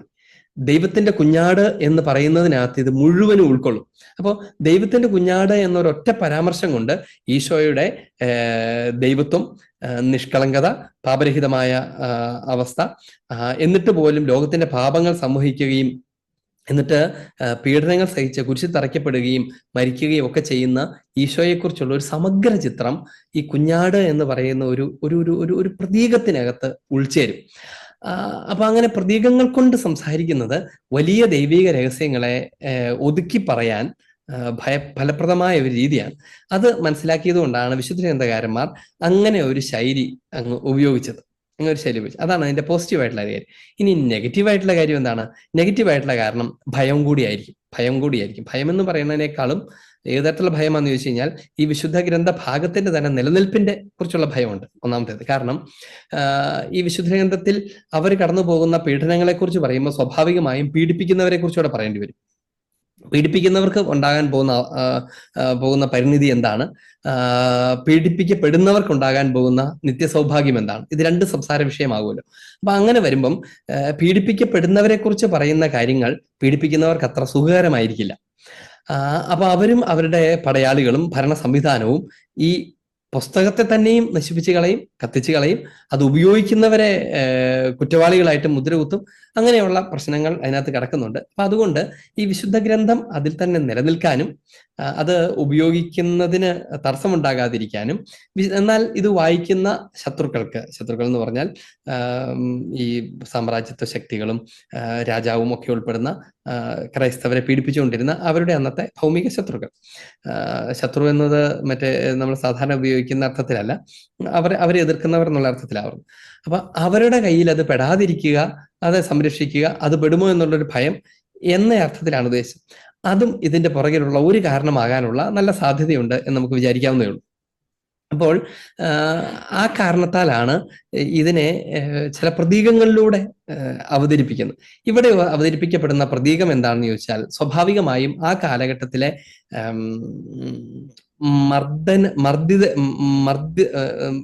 മതമർദ്ദകര് തന്നെയാണ് ഇതിന്റെ പുറകിലുള്ള ഈ പ്രതീകങ്ങളൊക്കെ. എന്ന് പറഞ്ഞാൽ ഇവര് ദുഷ്ടരായി അവതരിപ്പിക്കുന്ന ആളുകളൊക്കെ. ഇവിടെ ഉപയോഗിക്കുന്ന മൃഗം എന്ന വാക്ക്, മൃഗം എന്ന പദം, അതൊരു ആനിമലിനെ അല്ല സൂചിപ്പിക്കുന്നത്. പകരം മൃഗത്തെ പോലെ പെരുമാറുന്ന, മൃഗീയമായി പെരുമാറുന്ന ഒരു മനുഷ്യനെയാണ് ഉദ്ദേശിക്കുന്നത്. മൃഗീയമായി പെരുമാറുന്ന മനുഷ്യൻ അതാരാണത്? അത് അന്നത്തെ ചക്രവർത്തിയാണ്. സ്വാഭാവികമായും പ്രധാനമായും അത് നീറോ ചക്രവർത്തിയാണെന്ന് നമുക്കൊരു വലിയ സംശയം കൂടാതെ പറയാം. അവരെ പീഡിപ്പിച്ചിട്ടുള്ള ധാരാളം പല ചക്രവർത്തിമാരുണ്ട്. പക്ഷെ അതിനകത്ത് ഏറ്റവും ഭീകരനായിരുന്ന ചക്രവർത്തി നീറോ ചക്രവർത്തിയാണ്. ഇവിടെ നീറോ ചക്രവർത്തി എന്ന് പറയാനുള്ള പ്രധാനപ്പെട്ട ചില കാരണങ്ങളുണ്ട്. അതിനകത്ത് ഏറ്റവും പ്രധാനപ്പെട്ട ഒരു കാരണം ഈ നീറോയ്ക്ക് ഉണ്ടായിട്ടുള്ള ഒരു യുദ്ധത്തിലുണ്ടായിട്ടുള്ള വലിയ മുറിവാണ്. മുറിവേൽക്കുകയും നീറോ ഏതാണ്ട് മരിച്ചു പോകുമെന്ന് എല്ലാവരും ഉറപ്പുവരുത്തുകയും ചെയ്തിരുന്നു. എന്നിട്ട് പരാജയപ്പെടുകയും നീറോ രാജ്യത്തു നിന്ന് പുറത്താക്കപ്പെടുകയും എന്നിട്ട് കടലിനക്കരെ ഒളിച്ചു താമസിക്കുകയും ഒക്കെ ചെയ്ത ഒരു ചരിത്രം രേഖപ്പെടുത്തപ്പെട്ടിട്ടുണ്ട്. എല്ലാവരും മരിച്ചുപോയി എന്ന് കരുതിയിരുന്നു. പക്ഷേ ഇവരെയൊക്കെ അത്ഭുതപ്പെടുത്തിക്കൊണ്ട് നീറോ വലിയ ശക്തിയോടെ വീണ്ടും തിരിച്ചുവരവ് നടത്തി. എന്നിട്ട് വീണ്ടും അത് പിടിച്ചെടുത്തു. അതുകൊണ്ടാണ് അതിന്റെ തലകളിലൊന്നും മാരകമായി മുറിപ്പെട്ടതുപോലെ തോന്നി എന്ന് എഴുതുന്നത്. കൊല്ലപ്പെട്ടതുപോലെ തോന്നുന്ന ഒരു കുഞ്ഞാട് എന്ന് നമ്മൾ നേരത്തെ പറഞ്ഞിട്ടുണ്ട്. കൊല്ലപ്പെട്ടതുപോലെ തോന്നുന്ന കുഞ്ഞാട് എന്ന് പറയാൻ കാരണം എന്താണ്? അവൻ ശരിക്കും മരിച്ചില്ല, ഈശോ ഉദ്ധാനം ചെയ്തു എന്ന് പറയാൻ വേണ്ടിയാണ് കൊല്ലപ്പെട്ടതുപോലെ തോന്നി എന്ന് പറയുന്നത്. എന്നതുപോലെ മുറിപ്പെട്ടതുപോലെ തോന്നി ഒരാൾ, തോന്നിയ ഒരു മൃഗം. ഈ മൃഗം എങ്കിലും അത് മരണകാരണമായിരുന്നില്ല. ആ മുറിവ് സുഖമാക്കപ്പെട്ടു. എന്നിട്ട് ഭൂമി മുഴുവൻ ആ മൃഗത്തെക്കുറിച്ച് ആശ്ചര്യപ്പെട്ടു. ഇപ്പം ഈ റോമ സാമ്രാജ്യത്തിന്റെ മുഴുവൻ അധിപൻ എന്ന് പറഞ്ഞാൽ ഒരു കാലത്ത് ഈ പ്രപഞ്ചം മുഴുവനും ഭരിച്ചുകൊണ്ടിരുന്ന ആളുകളാണ് അവര്. എന്ന് വെച്ചാൽ ഈ പ്രപഞ്ചത്തിന് അന്നറിയപ്പെടുന്ന മെഡിറ്ററേനിയൻ എന്ന് പറയുന്ന ഭൂമിയുടെ മധ്യം മുഴുവനും, അല്ലെങ്കിൽ ഏതാണ്ട് ഭൂമി മുഴുവൻ എന്ന് പറയാവുന്നത് പോലത്തെ വിപുലമായിരുന്നു ഈ റോമ സാമ്രാജ്യം. അപ്പൊ അതിന്റെ അധികാരിയായിരുന്നു ഈ റോമ സാമ്രാജ്യ ചക്രവർത്തിമാർ. അപ്പൊ അതുകൊണ്ടാണ് ഭൂമി മുഴുവൻ ആ മൃഗത്തെക്കുറിച്ച് ആശ്ചര്യപ്പെട്ടു. നോക്കി, പറയുന്ന മുഴുവനും മൃഗമെന്നാണ്. അങ്ങനെ പറയാൻ കാരണം ഒരു മൃഗം ആലോചനയില്ലാതെ കണ്ണി കാണുന്നവരെയൊക്കെ ആക്രമിക്കുന്നത് പോലെ എന്നാണ് അതിന്റെ ഉള്ളർത്ഥം. മൃഗം ഒരു തെറ്റ് ചെയ്യുന്നതിനെ അങ്ങനെ പറയുമ്പോൾ അതിനകത്തൊരു ഒരു നല്ല വശം കൂടിയുണ്ട്. എന്താണെന്നറിയാമോ? കർത്താവ് പറഞ്ഞു, പിതാവേ, ഇവർ ചെയ്യുന്നത് എന്തെന്ന് ഇവർ അറിയുന്നില്ല എന്നാണ് തന്നെ പീഡിപ്പിച്ചവരെ കുറിച്ച് കർത്താവ് പറഞ്ഞത്. ഒരു മൃഗം എന്ന് വിളിക്കുന്നത് നമ്മളൊക്കെ സാധാരണ ഭാഷയിൽ ഒരു മൃഗം എന്നൊക്കെ വിളിക്കുന്ന ഒരു അവഹേളന വാക്കാണെങ്കിൽ പോലും അതിന്റെ പുറകിൽ ഉള്ളിലുള്ള ഒരു കാര്യം, മൃഗത്തിന്റെ സ്വഭാവം അത് മൃഗീയ സ്വഭാവമാണ്. അപ്പം മൃഗം പ്രവർത്തിക്കുന്ന അതിന്റെ സ്വഭാവത്താലാണ്. മൃഗം ഒരു കാര്യത്തിന്റെ ധാർമ്മികത അന്വേഷിച്ച് നന്മതിന്മകൾ ആലോചിച്ച് ചെയ്യുന്ന ഒരു പാപമല്ല മൃഗത്തിന്റെ. ഒരു പാമ്പ് ഒരാളെ കടിക്കുന്നു, അല്ലെ ഒരു കടുവ ഒരാളെ കടിച്ചു കീറി കൊല്ലുന്നു. അത് ഒരു കൊലപാതകവും നമുക്ക് വിളിക്കാനില്ല. കാരണം എന്താണ്? അത് ഇതൊരു മനുഷ്യനാണെന്ന് അറിഞ്ഞുകൊണ്ടും ജീവൻ ദൈവത്തിൻ്റെതാണെന്ന് അറിഞ്ഞുകൊണ്ടും തൻ്റെ സ്വാർത്ഥ ലാഭത്തിന് വേണ്ടി തീരുമാനമെടുത്ത് സമ്മതത്തോടുകൂടെ ആലോചനയോടുകൂടെ ഒന്നും അല്ല ഒരു മൃഗം ചെയ്യുന്നത്. മൃഗം അതിന്റെ പ്രവണതയ്ക്കനുസരിച്ച് ചെയ്യുന്നു എന്ന് മാത്രമേ ഉള്ളൂ. അതുകൊണ്ടൊരു മൃഗം ഒരാളെ ആക്രമിച്ചാൽ ആ മൃഗം പാപിയാണ് എന്നോ മൃഗം കുറ്റക്കാരനാണെന്നോ വിചാരണ ചെയ്യപ്പെടണമെന്നോ ആരും പറയാറില്ല. കാരണം അത് മൃഗത്തിന്റെ സഹജ സ്വഭാവം. നമ്മൾ മാറി നിന്നാൽ നമുക്ക് കൊള്ളാം എന്ന് മാത്രമേ നമ്മൾ പറയുള്ളൂ. എന്ന പോലെ ഈ നീറോ ചക്രവർത്തിയെ പോലും വെളിപാട് പുസ്തകം ഒരു മൃഗമായി അവതരിപ്പിക്കുന്നു എന്ന് പറയുമ്പോൾ മൃഗത്തിൻ്റെതുപോലത്തെ ക്രൂരതകൾ അവിടെയുണ്ട്.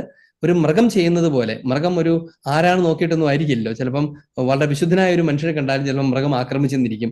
ഒരു കൊള്ളക്കാരനെ കണ്ടാലും. അപ്പൊ വിവേചനമില്ലാതെ ആക്രമിക്കുന്ന ഒരു ഒരു ഒരു ഒരു ഒരു പ്രവണതയാണ് മൃഗത്തിനുള്ളത്. എന്നതുപോലെ ഈ ക്രിസ്ത്യാനികൾ അവരാരാണെന്ന് പോലും അന്വേഷിക്കാതെ, അവരുടെ നിഷ്കളങ്കതയെക്കുറിച്ച് അന്വേഷിക്കാതെ, അവരുടെ വിശ്വാസത്തിന്റെ അർത്ഥം എന്താണ് എന്നൊന്നും അന്വേഷിക്കാൻ പോകാതെ ഒരു മൃഗം ഒരാളെ കാണുമ്പോൾ അങ്ങ് ആക്രമിക്കുന്ന പോലെ, ഒരു സർപ്പം, ഒരു പാമ്പ് ആരെ കണ്ടാലും കടിക്കുകയൊക്കെ ചെയ്യാൻ ശ്രമിക്കുന്നത് പോലെ ഉള്ള ഒരു പ്രവൃത്തി മാത്രമേ ഉള്ളൂ അത് എന്ന് ഏറ്റുപറഞ്ഞുകൊണ്ടാണ് നീറോയെക്കുറിച്ച് പറയുന്നത്. അതുകൊണ്ടാണ് മൃഗം എന്ന് ഉള്ള പദം ഉപയോഗിക്കുന്നത്. നമുക്കത് കേൾക്കുമ്പം ഒരു വിശുദ്ധ ഗ്രന്ഥത്തിനകത്ത് ഒരാളെ എങ്ങനെ മൃഗമെന്ന് വിളിക്കേണ്ട കാര്യമുണ്ടോ എന്നൊക്കെ നമുക്ക് തോന്നാൻ ഇടയുണ്ട് എന്നതുകൊണ്ടാണ് ഞാൻ അങ്ങനെ പറഞ്ഞത്. മൃഗം എന്നൊക്കെ വിളിക്കുന്നത് അത്ര ഉചിതമാണോ എന്ന് നമുക്ക് തോന്നാനുള്ള സാധ്യത ഉണ്ട് എന്നതുകൊണ്ടാണ് ഞാൻ അങ്ങനെ പറഞ്ഞതെന്ന് സൂചിപ്പിച്ചെന്ന് മാത്രമേ ഉള്ളൂ. പറഞ്ഞു വന്നത്, ഈ മൃഗം എന്ന പരാമർശം അത് അവർ ചക്രവർത്തിയാണ് ഉദ്ദേശിക്കുന്നത്. ഇനി അതിനെക്കുറിച്ച് പറയാണ്, അതിന് 10 കൊമ്പും 7 തലയൊക്കെ ഉണ്ടായിരുന്നു. ഈ അതിന്റെ വിചിത്ര സ്വഭാവത്തെക്കുറിച്ച് വർണ്ണിക്കുന്നു എന്ന് മാത്രമേ ഉള്ളൂ. അപ്രതീക്ഷിതമായി പെരുമാറുന്ന, ഭീകരതയുടെ അങ്ങേ അറ്റമുള്ള ഒരു ജീവി. ഇപ്പം കുഞ്ഞാട് എന്ന് പറയുമ്പോൾ തന്നെ ആളുകൾക്കൊരു ഓർമ്മയുണ്ട്, അല്ലെങ്കിൽ ഒരു പ്രാവ്, വെള്ളരിപ്രാവ് എന്ന് കേൾക്കുമ്പോൾ ഒരു സമാധാനത്തെക്കുറിച്ച്.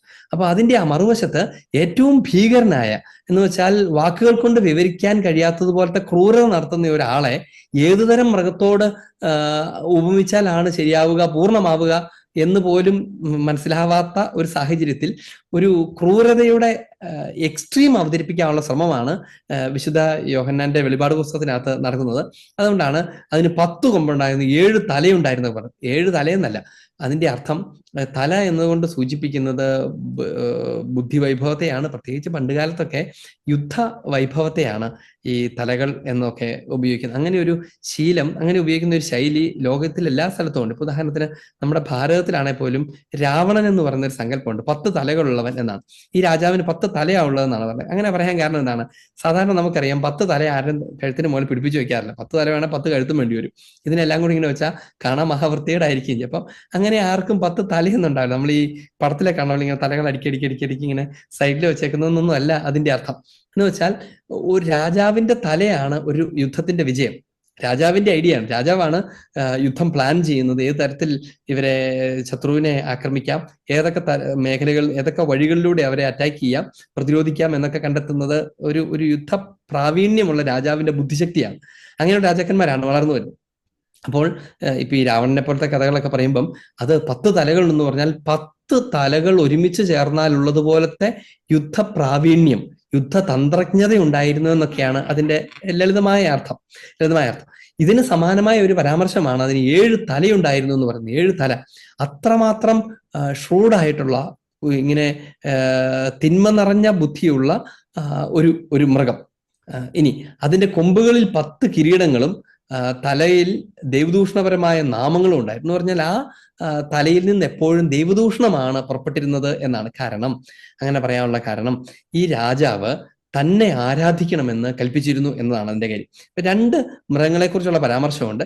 2 മൃഗങ്ങളും ഒരുപക്ഷെ ഒന്ന് തന്നെയാവാം, അല്ലെന്നുണ്ടെങ്കിൽ ഒന്ന് ചക്രവർത്തിയെയും ഒന്ന് ആ സാമ്രാജ്യത്വത്തെയുമായിരിക്കാം സൂചിപ്പിക്കുന്നത്, അല്ലെങ്കിൽ 2 മുൻമേയും പിന്നെയും വന്ന 2 ചക്രവർത്തിമാരെയും ആയിരിക്കാം സൂചിപ്പിക്കുന്നത്. പക്ഷെ എന്തായിരുന്നാൽ തന്നെയും നീറോ ഇതിനകത്ത് ഒരു പ്രധാനപ്പെട്ട വ്യക്തിയാണ്. ഒപ്പം റോമ സാമ്രാജ്യത്വത്തിന്റെ അധിനിവേശവും ഈ ക്രൈസ്തവർക്കെതിരെ നടത്തിയിട്ടുള്ള ശക്തമായ ആക്രമണങ്ങളുമാണ് അതിന്റെ പിറകിലുള്ളത്. എന്നിട്ട് നമ്മളിങ്ങനെ വായിക്കുകയാണ്, ഭൂമി മുഴുവൻ ആ മൃഗത്തെക്കുറിച്ച് ആശ്ചര്യപ്പെട്ടു. മൃഗത്തിന് അധികാരം നൽകിയത് നിമിത്തം അവർ വ്യാളിയെ ആരാധിച്ചു. എന്ന് പറഞ്ഞാൽ ഈ മൃഗത്തിന് അധികാരം നൽകിയത്, ഇവരുടെ ഇടയ്ക്ക് പ്രചരിച്ചിരുന്ന ഒരു കഥയാണ്, ഈ കടലിനടിയിൽ ഉണ്ടായിരുന്ന ഏതോ വ്യാളിയാണ് ഇവനെ വീണ്ടും ഇവിടെ കൊണ്ടുവന്നത്. ആ വ്യാളിയുടെ ശക്തി കൊണ്ടാണ് ഇവൻ റോമ സാമ്രാജ്യത്തെ വീണ്ടും പിടിച്ചെടുത്തതെന്നൊക്കെയുള്ള ഒരു കഥ പറച്ചില് ആ നാട്ടിലൊക്കെ ആളുകളുടെ ഇടയ്ക്കൊക്കെ ഉണ്ടായിരുന്നു. ഇനി ഈ വ്യാളി എന്ന് പറയുന്നത് പലപ്പോഴും എന്താ പറയാ, കടലിൽ നിന്ന് കയറി വരുന്ന വ്യാളി, അത് പലപ്പോഴും സാത്താനെയും കൂടെ പ്രതിനിധീകരിക്കാൻ വേണ്ടി ഉപയോഗിക്കാറുള്ള ഒരു പരാമർശം കൂടിയാണ്. നമ്മൾ അങ്ങനത്തെ കഥകൾക്കകത്തൊക്കെ ഉള്ളത് ചില തിന്മ വ്യാപിക്കുന്നതിനെ കുറിച്ചൊക്കെ പറയുന്നതാണ്. വിശുദ്ധ ഗിവർഗീസിന്റെ സ്റ്റാച്യുവിന്റെ രൂപത്തിന്റെ അടിയിൽ ഒരു വ്യാളിയുടെ പടമൊക്കെ നമ്മൾ കാണാറുണ്ട്. ഈ വ്യാളിയെ കുത്തിക്കൊണ്ട് നിൽക്കുന്ന അതൊക്കെ. അപ്പൊ കടലിൽ നിന്ന് ഒരു വ്യാളി കയറി വന്നപ്പം വിശുദ്ധ ഗിവർഗീസ് ഒരു ജീവിയെ കൊന്ന് ഒരു വലിയ ആളായി മാറി, ഒരു പടത്തലവനായി മാറിയതല്ല. അദ്ദേഹം ഒരു പടത്തലവനായിരുന്നു. അതോടൊപ്പം തന്നെ അദ്ദേഹം ശരിക്കും പടവെട്ടിയത് തിന്മയ്ക്കെതിരെയാണ് എന്നാണ് അതിന്റെ അർത്ഥം. തിന്മയുടെ മൂർത്തി രൂപത്തെയാണ് അവതരിപ്പിക്കുന്നത്. അപ്പൊ അതുകൊണ്ട് തിന്മയുടെ മുകളിൽ പാദമൂന്നി നിൽക്കുന്ന വിശുദ്ധനെയൊക്കെ അന്നു മുതൽ അവതരിപ്പിക്കാനുള്ള കാരണം ഈ പറഞ്ഞതാണ്. അപ്പം കടൽ കടന്നു വരുന്ന തിന്മകൾ എന്ന് പറഞ്ഞാൽ 2 അർത്ഥങ്ങളുമുണ്ട്. ഈ പറഞ്ഞതുപോലെ കടലിന്റെ അപ്പുറേ പോയി പാത്തിരുന്ന് വീണ്ടും ശക്തി പ്രാപിച്ചിട്ട് തിരിച്ചു വന്ന ചക്രവർത്തിയെ തന്നെ സൂചിപ്പിക്കുന്നു. അതോടൊപ്പം തന്നെ പുറത്തു നിന്നൊക്കെ, വിദേശ രാജ്യങ്ങളിൽ നിന്നൊക്കെ അധിനിവേശം സംഭവിച്ച പാപകരമായ ജീവിതത്തെ, പാപശൈലികളെ ഒക്കെ ഇത് സൂചിപ്പിക്കും. പല തിന്മകളും വിദേശത്തുനിന്ന്, പല രാജ്യങ്ങളിൽ നിന്ന് ഇങ്ങനെ കടന്നു വരുന്നു എന്നുള്ള കാഴ്ചപ്പാടിന്റെ ഒക്കെ പശ്ചാത്തലം ഇതിന്റെ പറയുന്നുണ്ട്. ഇനി വൻപും ദൈവദൂഷണവും പറയുന്ന ഒരു വായ് അതിന് നൽകപ്പെട്ടു. ഇവിടെയൊക്കെ നമ്മൾ നൽകപ്പെട്ടു എന്നാണ് പറയുന്നത്. എന്തുകൊണ്ടാണ് ഇങ്ങനെ നൽകപ്പെട്ടു എന്ന് പറയുന്നതെന്ന് ചോദിച്ചാൽ, ഈ വിശുദ്ധ ഗ്രന്ഥകാരൻ ഇങ്ങനെ അംഗീകരിക്കുകയാണ്, ക്രൈസ്തവർ കടന്നു പോകുന്ന പീഡനങ്ങളെല്ലാം അവർക്ക് നൽകപ്പെടുന്നതാണ് എന്നവരെ ബോധ്യപ്പെടുകയാണ്. അവർക്ക് നൽകപ്പെടുന്ന എന്ന് പറഞ്ഞാൽ ദൈവം അവരെ ശിക്ഷിച്ചു എന്നല്ല, അവരുടെ വിശുദ്ധീകരണത്തിനായി അത് നൽകപ്പെട്ടതായി അവർ കരുതുന്നു എന്നാണ്.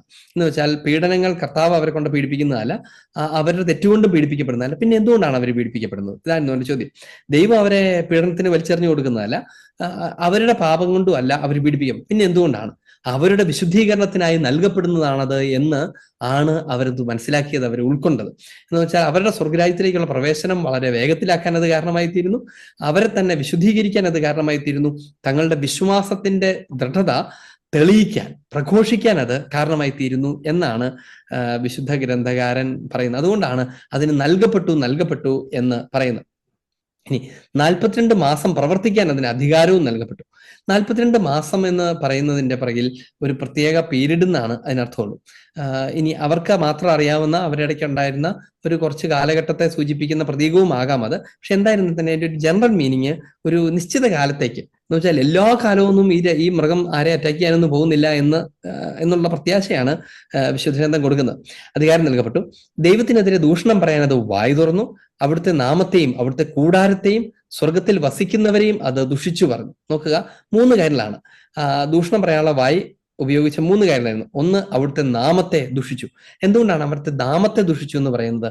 കാരണം ക്രിസ്ത്യാനികളുടെ ദൈവം അത് അത് അത് അങ്ങനെ ഒരു ദൈവമില്ല എന്നും ആ ദൈവം അംഗീകരിക്കപ്പെടാൻ പാടില്ല എന്നും നീറോ പറഞ്ഞു. ഇനി യഥാർത്ഥ ദൈവം ഞാനാണ് എന്ന് നീറോ പ്രഖ്യാപിച്ചു. ഞാനാണ് ദൈവം. നീറോയ്ക്ക് തന്നെ കുറച്ചുനാൾ ഇങ്ങനെ രാജ്യഭരണമൊക്കെ നടത്തി കഴിഞ്ഞപ്പം എല്ലാവരും വന്ന് മുമ്പിൽ കുമ്പിട്ട് വണങ്ങുകയും തൻ്റെ കൽപ്പനകളൊക്കെ എല്ലാവരും നിവർത്തിക്കുകയൊക്കെ ചെയ്യുന്ന കണ്ടപ്പം അങ്ങനെ അടിച്ചമർത്തി ഭരിക്കുകയൊക്കെ ചെയ്യുന്നു. നീറോ കൈനീട്ടിയാൽ ആവശ്യപ്പെടുന്നത് തൽക്ഷണം എത്തുന്നു. നീറോയുടെ വാക്കിന് മറുവാക്കില്ലാതിരിക്കുന്നു. അങ്ങനെ കുറെ നാൾ കഴിഞ്ഞപ്പോൾ നീറോയ്ക്ക് തന്നെ തോന്നി, ഇനിയിപ്പോൾ ശരിക്കും ദൈവം എന്ന് പറയുന്നത് ഞാൻ തന്നെ ആയിരിക്കും എന്ന് നീറോയ്ക്ക് തന്നെ തോന്നി. അപ്പൊ നീറോ തന്നെ താൻ ദൈവമാണെന്ന് അങ്ങ് വിശ്വസിക്കുകയും ഒരു രാജാവ് എന്ന് പറയുന്നത് എന്ന് വെച്ചാൽ റോമിന്റെ മുഴുവൻ ചക്രവർത്തിയായ ഒരാൾക്ക് അത് സ്ഥാനം അത്ര പോരാ, ഇത് ഇവിടെ മാത്രമുള്ള ഒരു സ്ഥാനമല്ലേ, ഇത് പോരാ എന്ന് ചക്രവർത്തിക്ക് തന്നെ തോന്നുകയും ചെയ്തു. അങ്ങനെയാണ് ചക്രവർത്തി തീരുമാനിച്ചത്, ഞാൻ തന്നെയാണ് ദൈവം.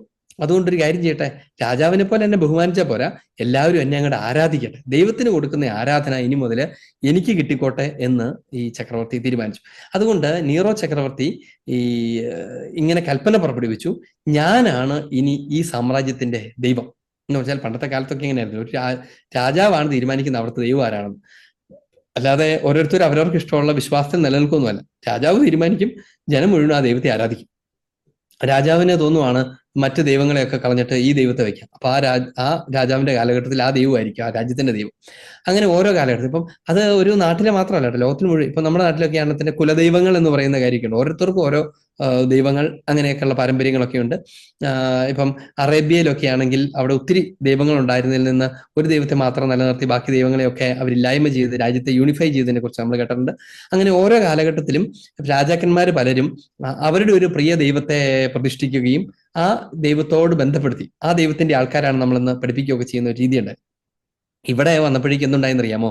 ചക്രവർത്തി മറ്റൊരു രാജാവിനെ ആരാധിക്കുന്നതിന് പകരം താൻ തന്നെയാണ് ദൈവം എന്ന് പ്രഖ്യാപിച്ചു. എന്ന് മാത്രമല്ല, ടെമ്പിളുകൾ ഉണ്ടാക്കുകയും ആ ടെമ്പിളുകളിൽ തന്റെ രൂപം വെക്കുകയും ചെയ്തു. ഇനി അത് എല്ലാ സ്ഥലവും, ഇപ്പൊ ഉദാഹരണത്തിന് വലിയ കച്ചവട കേന്ദ്രങ്ങളുടെ ചന്തയുടെ ഒക്കെ നടുക്ക് ഈ സ്തൂപത്തിൽ ഒരു അമ്പലം പോലെയൊക്കെ ആക്കിയിട്ട് അവിടെ തന്റെ രൂപം വയ്ക്കും. ഈ രൂപത്തെ അവിടെ വരുന്നവരൊക്കെ ദൈവത്തെ എന്നതുപോലെ വണങ്ങണം. മറ്റ് പൂജാരിമാരൊക്കെ ഉണ്ടല്ലോ, അവിടെ ഉണ്ടായിരുന്ന ഈ വിജാതീയ പുരോഹിതന്മാരൊക്കെ ഉണ്ടല്ലോ, അവരുടെയൊക്കെ ജോലി ഇനി മുതൽ ഈ രാജാവിന് ധൂപം അർപ്പിക്കലും രാജാവിന് ആരാധന കൊടുക്കലും ഒക്കെയാണ് അവരുടെ ദൗത്യം. ഇങ്ങനത്തെ ഒരു സിറ്റുവേഷനിലാണ് ഈ കാര്യം നമ്മൾ മനസ്സിലാക്കുന്നത്. അതുകൊണ്ടാണ് ദൈവത്തിനെതിരെ ദൂഷണം പറയാതെ വാതുറന്നു.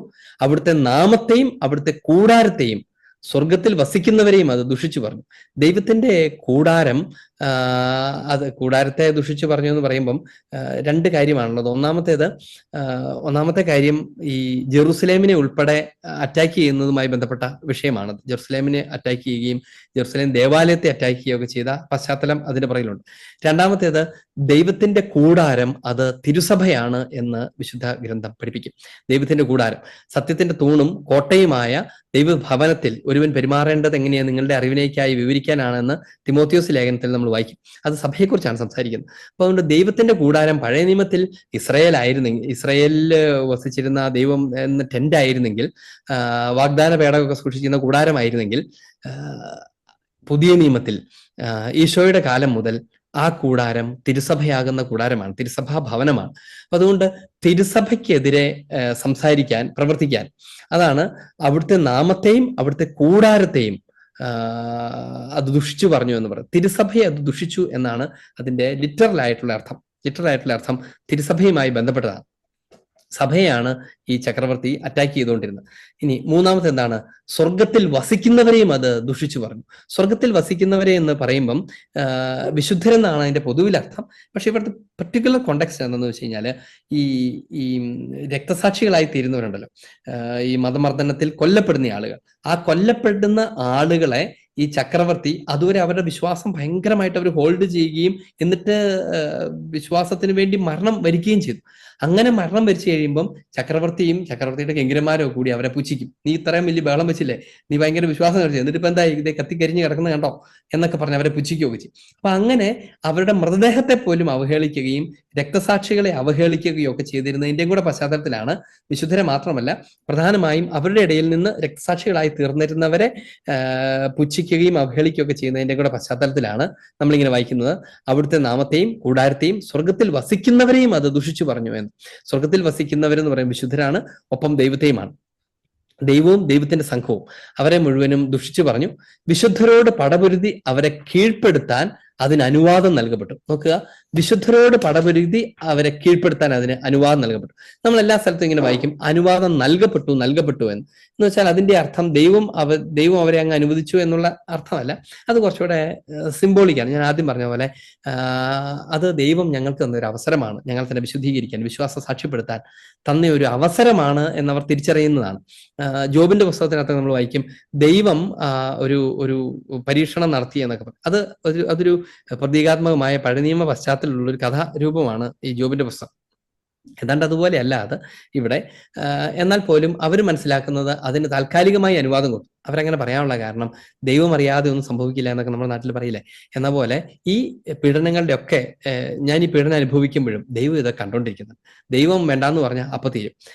കാരണം ഈശോ കുരിശിൽ മരിക്കുന്ന സമയത്ത് അവിടുന്ന് ഇങ്ങനെ അരുൾ ചെയ്തു, ഞാൻ ആവശ്യപ്പെട്ടാൽ 12 വ്യൂഹം മാലാഖമാർ വന്ന് ഇത് മുഴുവനും നിരപ്പാക്കി എന്നെ രക്ഷിക്കും എന്ന് എനിക്കറിയാം, പക്ഷെ എൻ്റെ വഴി അതല്ല എന്നാണ്.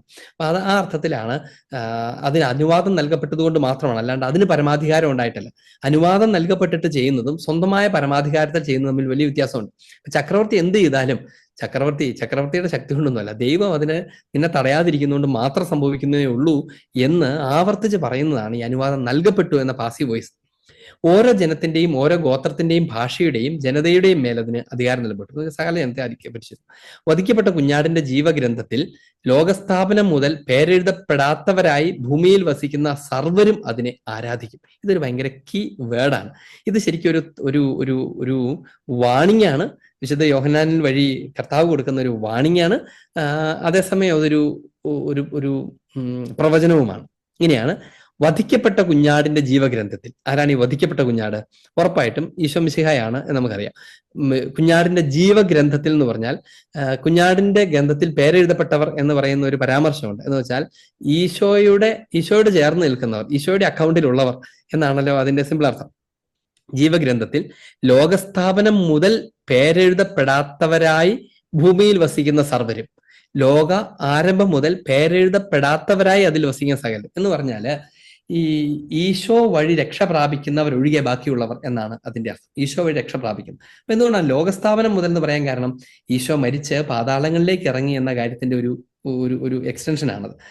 എന്ന് വെച്ചാൽ ഈശോയ്ക്ക് മുൻപുണ്ടായിരുന്ന നീതിമാന്മാർക്കും ഈശോയുടെ രക്ഷയുണ്ട്, അവകാശമുണ്ട്. നമ്മൾ നേരത്തെ പറഞ്ഞിട്ടുണ്ട്. നമ്മൾ ഈ അക്രൈസ്തവരുടെ രക്ഷയെക്കുറിച്ചൊക്കെ പറയുന്ന സമയത്ത് നമ്മൾ പഠിച്ചിട്ടുണ്ട്. വിശ്വസിക്കുകയും ബോധ്യപ്പെടുകയും ചെയ്യാത്തവർ എല്ലാവരും രക്ഷ പ്രാപിക്കില്ല. ഈശോയെക്കുറിച്ച് കേൾക്കുകയും ബോധ്യപ്പെടുകയും ചെയ്യാത്തവർ എല്ലാവരും രക്ഷ പ്രാപിക്കില്ല. ഈശോയെക്കുറിച്ച് കേട്ടില്ല എന്ന് വിചാരിച്ച് അവരുടെ കുറ്റമൊന്നുമില്ല, അവർ സ്വർഗത്തിൽ പോകും എന്ന് പ്രതീക്ഷിക്കാൻ പറ്റില്ല. പകരം ഇവര് തന്റെ മനസാക്ഷിക്ക് അനുസരിച്ച് ജീവിക്കുകയും തങ്ങൾക്കുള്ള വിശ്വാസ ധാർമ്മിക ബോധ്യങ്ങളിൽ നിലനിൽക്കുകയും ഒപ്പം ദൈവത്തെ നിരന്തരം അന്വേഷിക്കുകയും ചെയ്തിട്ടുണ്ടെങ്കിലേ അവർ രക്ഷ പ്രാപിക്കുകയുള്ളൂ.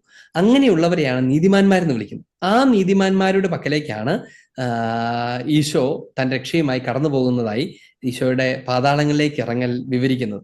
അപ്പൊ അതുകൊണ്ട് കുഞ്ഞാടിന്റെ ഗ്രന്ഥത്തിൽ പേരെഴുതിയിരിക്കുന്നവർ ഈശോയുടെ ഫ്യൂച്ചർ ശിക്ഷീകരണം മാത്രമല്ല, അതിനു മുൻപുള്ളവരും ഈശോയെ അറിയാതെ ലോകത്തിന്റെ വിവിധ ഭാഗങ്ങളിൽ തങ്ങൾക്ക് ലഭിച്ചിട്ടുള്ള മനസാക്ഷിയുടെ നിയമങ്ങൾ അനുസരിച്ചും ദൈവത്തെ ഇങ്ങനെ ആകാംക്ഷാപൂർവം റിസർവേഷൻ ഇല്ലാതെ തേടിയും ഒക്കെ ധാർമ്മികമായി ജീവിക്കുന്ന സകലരെയും ഉൾക്കൊള്ളിക്കുന്നതാണ് ഈ പരാമർശം. അപ്പൊ അതുകൊണ്ടാണ് ലോകസ്ഥാപനം മുതൽ പേരെഴുതപ്പെടാത്തവരായി ഭൂമിയിൽ വസിക്കുന്ന സർവ്വരും അതിനെ ആരാധിക്കും എന്ന് വെച്ചാൽ റോമിന്റെ സിറ്റുവേഷൻ അതായിരുന്നു. ക്രിസ്ത്യാനികൾ ഒഴിച്ച് ബാക്കി എല്ലാവരും ഈ നീറോ ചക്രവർത്തിയെ ആരാധിച്ചു. ചെവിയുള്ളവൻ കേൾക്കട്ടെ. തടവിലാക്കപ്പെടേണ്ടവൻ തടവിലേക്ക് പോകുന്നു, വാളുകൊണ്ട് വധിക്കപ്പെടേണ്ടവൻ വാളിന് ഇരയാകണം. ഇവിടെയാണ് വിശുദ്ധരുടെ സഹനശക്തിയും വിശ്വാസവും. ഈ ക്രൈസ്തവ സമൂഹത്തെ സകല പീഡനങ്ങളുടെയും മധ്യേ വിശ്വാസത്തിൽ ഉറച്ചു നിൽക്കാൻ ശക്തമായി പ്രചോദിപ്പിക്കുകയാണ് ഇവിടെ. ഇനി അത് കഴിഞ്ഞാൽ ഉടൻ തന്നെ രണ്ടാമത്തെ മൃഗത്തെക്കുറിച്ച് ഉള്ള പരാമർശമാണ്. ഇത് രണ്ട് സമാനമാണ്, ഒരു വിധ സമാനമാണ്. ഭൂമിക്കുള്ളിൽ നിന്ന് കയറി വരുന്ന മറ്റൊരു മൃഗത്തെ ഞാൻ കണ്ടു എന്ന് പറഞ്ഞുകൊണ്ടാണ് 11 മുതലുള്ള തിരുവചനങ്ങൾ ആരംഭിക്കുന്നത്. അതിന് കുഞ്ഞാടിൻ്റെതുപോലുള്ള 2 കൊമ്പുണ്ടായിരുന്നു. അത് വ്യാളിയെപ്പോലെ സംസാരിച്ചു. അത് ആദ്യത്തെ മൃഗത്തിന്റെ എല്ലാ അധികാരവും അതിന് മുൻപിൽ പ്രയോഗിച്ചു. ഇവിടെ പറഞ്ഞു വരുന്നത് എന്നറിയാമോ? ഈ നീറോ ചക്രവർത്തിയെ തന്നെ എതിർ ക്രിസ്തുവായി അവതരിപ്പിക്കുകയാണ്. എതിർ ക്രിസ്തുവായി. ആന്റി ക്രൈസ്റ്റ് എന്നൊരു വാക്ക് നമ്മൾ കേട്ടിട്ടുണ്ടാവും. ആന്റി ക്രൈസ്റ്റ് എന്ന് പറഞ്ഞാൽ അന്തിക്രിസ്തു എന്ന് മലയാളത്തിൽ ട്രാൻസ്ലേറ്റ് ചെയ്യുന്ന അത്ര ശരിയല്ല. അന്തിക്രിസ്തു എന്ന് പറഞ്ഞാൽ അന്ത്യകാലത്ത് വരുന്ന ക്രിസ്തു എന്നല്ല അതിന്റെ അർത്ഥം. ആന്റി ക്രൈസ്റ്റ് എന്നാണ്, എതിർ ക്രിസ്തു എന്നാണ് അതിന്റെ അർത്ഥം. ചില ആളുകളൊക്കെ അതിനെ അന്തിക്രിസ്തു എന്ന് പറഞ്ഞ് നമ്മൾ കേൾക്കാറുണ്ട്. അന്തിക്രിസ്തു എന്നൊരു സൂത്രമില്ല, പകരം ആന്റി ക്രൈസ്റ്റ് ആണുള്ളത്. എതിർ ക്രിസ്തു എന്നാണ് അതിനെ ട്രാൻസ്ലേറ്റ് ചെയ്യുന്നത്. എതിർ ക്രിസ്തു എന്ന് പറഞ്ഞാൽ എന്താണ്? ക്രിസ്തുവിനെ പോലെ അവതരിപ്പിക്കപ്പെടുന്ന തിന്മ. സാത്താൻ ഈശോയുടെ രൂപം കൊണ്ടുവരുന്നു എന്ന് പറയുന്നതാണ് ഇതിന്റെ ഉള്ളർത്ഥം. എന്ന് വെച്ചാൽ ഇതിന്റെ ജനറൽ ആയിട്ടുള്ള അർത്ഥം എന്താ പറയുക, സ്വീകാര്യമെന്ന് തോന്നുന്ന പ്രലോഭനകരമായ ആശയങ്ങളുമായി വരികയും എന്നിട്ട് ആളുകളെ അപകടപ്പെടുത്തുകയും കബളിപ്പിക്കുകയും ഒക്കെ ചെയ്യുന്ന കുതന്ത്രങ്ങളുള്ള സാത്താന്റെ സാന്നിധ്യത്തെയാണ് ഈ എതിർ ക്രിസ്തു എന്ന് പറയുന്നത്.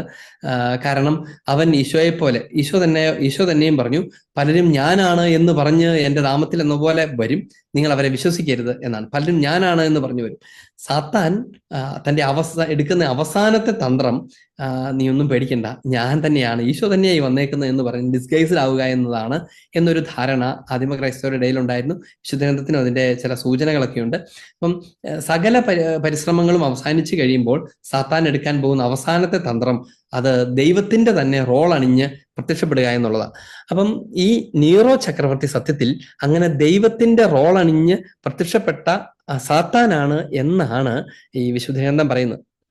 അതിന് കുഞ്ഞാടിൻ്റെതുപോലത്തെ കൊമ്പുണ്ടായിരുന്നു, അത് വ്യാളിയെപ്പോലെ സംസാരിച്ചു എന്ന് പറഞ്ഞാൽ കൊമ്പൊക്കെ കണ്ടു കഴിഞ്ഞാൽ കുഞ്ഞാടിൻ്റെതുപോലെ തോന്നും, എന്നാൽ സംസാരം അത് വ്യാളിയുടേതാണ്, ഉള്ളിലുള്ളത് വ്യാളിയുടേതാണ്. അത് ആദ്യത്തെ മൃഗത്തിന്റെ എല്ലാ അധികാരവും അതിന് മുന്നിൽ പ്രയോഗിച്ചു. മാരകമായ മുറിവ് സുഖമാക്കപ്പെട്ട ആദ്യത്തെ മൃഗത്തെ ആരാധിക്കാൻ അത് ഭൂമിയെയും അതിലെ നിവാസികളെയും ഇടയാക്കുന്നു. അത് ഈ ഒരുപക്ഷെ ഞാൻ ആദ്യം പറഞ്ഞതുപോലെ രണ്ടും നീറോ ചക്രവർത്തിയെ കുറിച്ച് തന്നെയായിരിക്കാം, അല്ലെങ്കിൽ ഈ റോമ സാമ്രാജ്യത്തിന്റെ അധിപനായ നീറോ ചക്രവർത്തി, അങ്ങനെ രണ്ടർത്ഥത്തിലായിരിക്കാം. എന്തായിരുന്നാലും അതിന്റെ കോണ്ടെക്സ്റ്റ് രണ്ടുമായിട്ട് ബന്ധപ്പെട്ട് വരണം മാത്രമാണ്. ആകാശത്ത് നിന്ന് ഭൂമിയിലേക്ക് അഗ്നി ഇറക്കുക പോലും ചെയ്ത് മനുഷ്യ മുൻപാകെ അത് വലിയ അടയാളങ്ങൾ പ്രവർത്തിക്കുന്നു. മൃഗത്തിന്റെ മുൻപിൽ പ്രവർത്തിക്കാൻ തനിക്ക് അനുവദിക്കപ്പെട്ടിരുന്ന അടയാളങ്ങൾ വഴി അത് ഭൂവാസികളെ വഴിതെറ്റിക്കുന്നു. വാളുകൊണ്ട് മുറിവേറ്റിട്ടും ജീവിച്ച മൃഗത്തിന്റെ പ്രതിമയുണ്ടാക്കാൻ അത് ഭൂവാസികളോട് പറയുന്നു.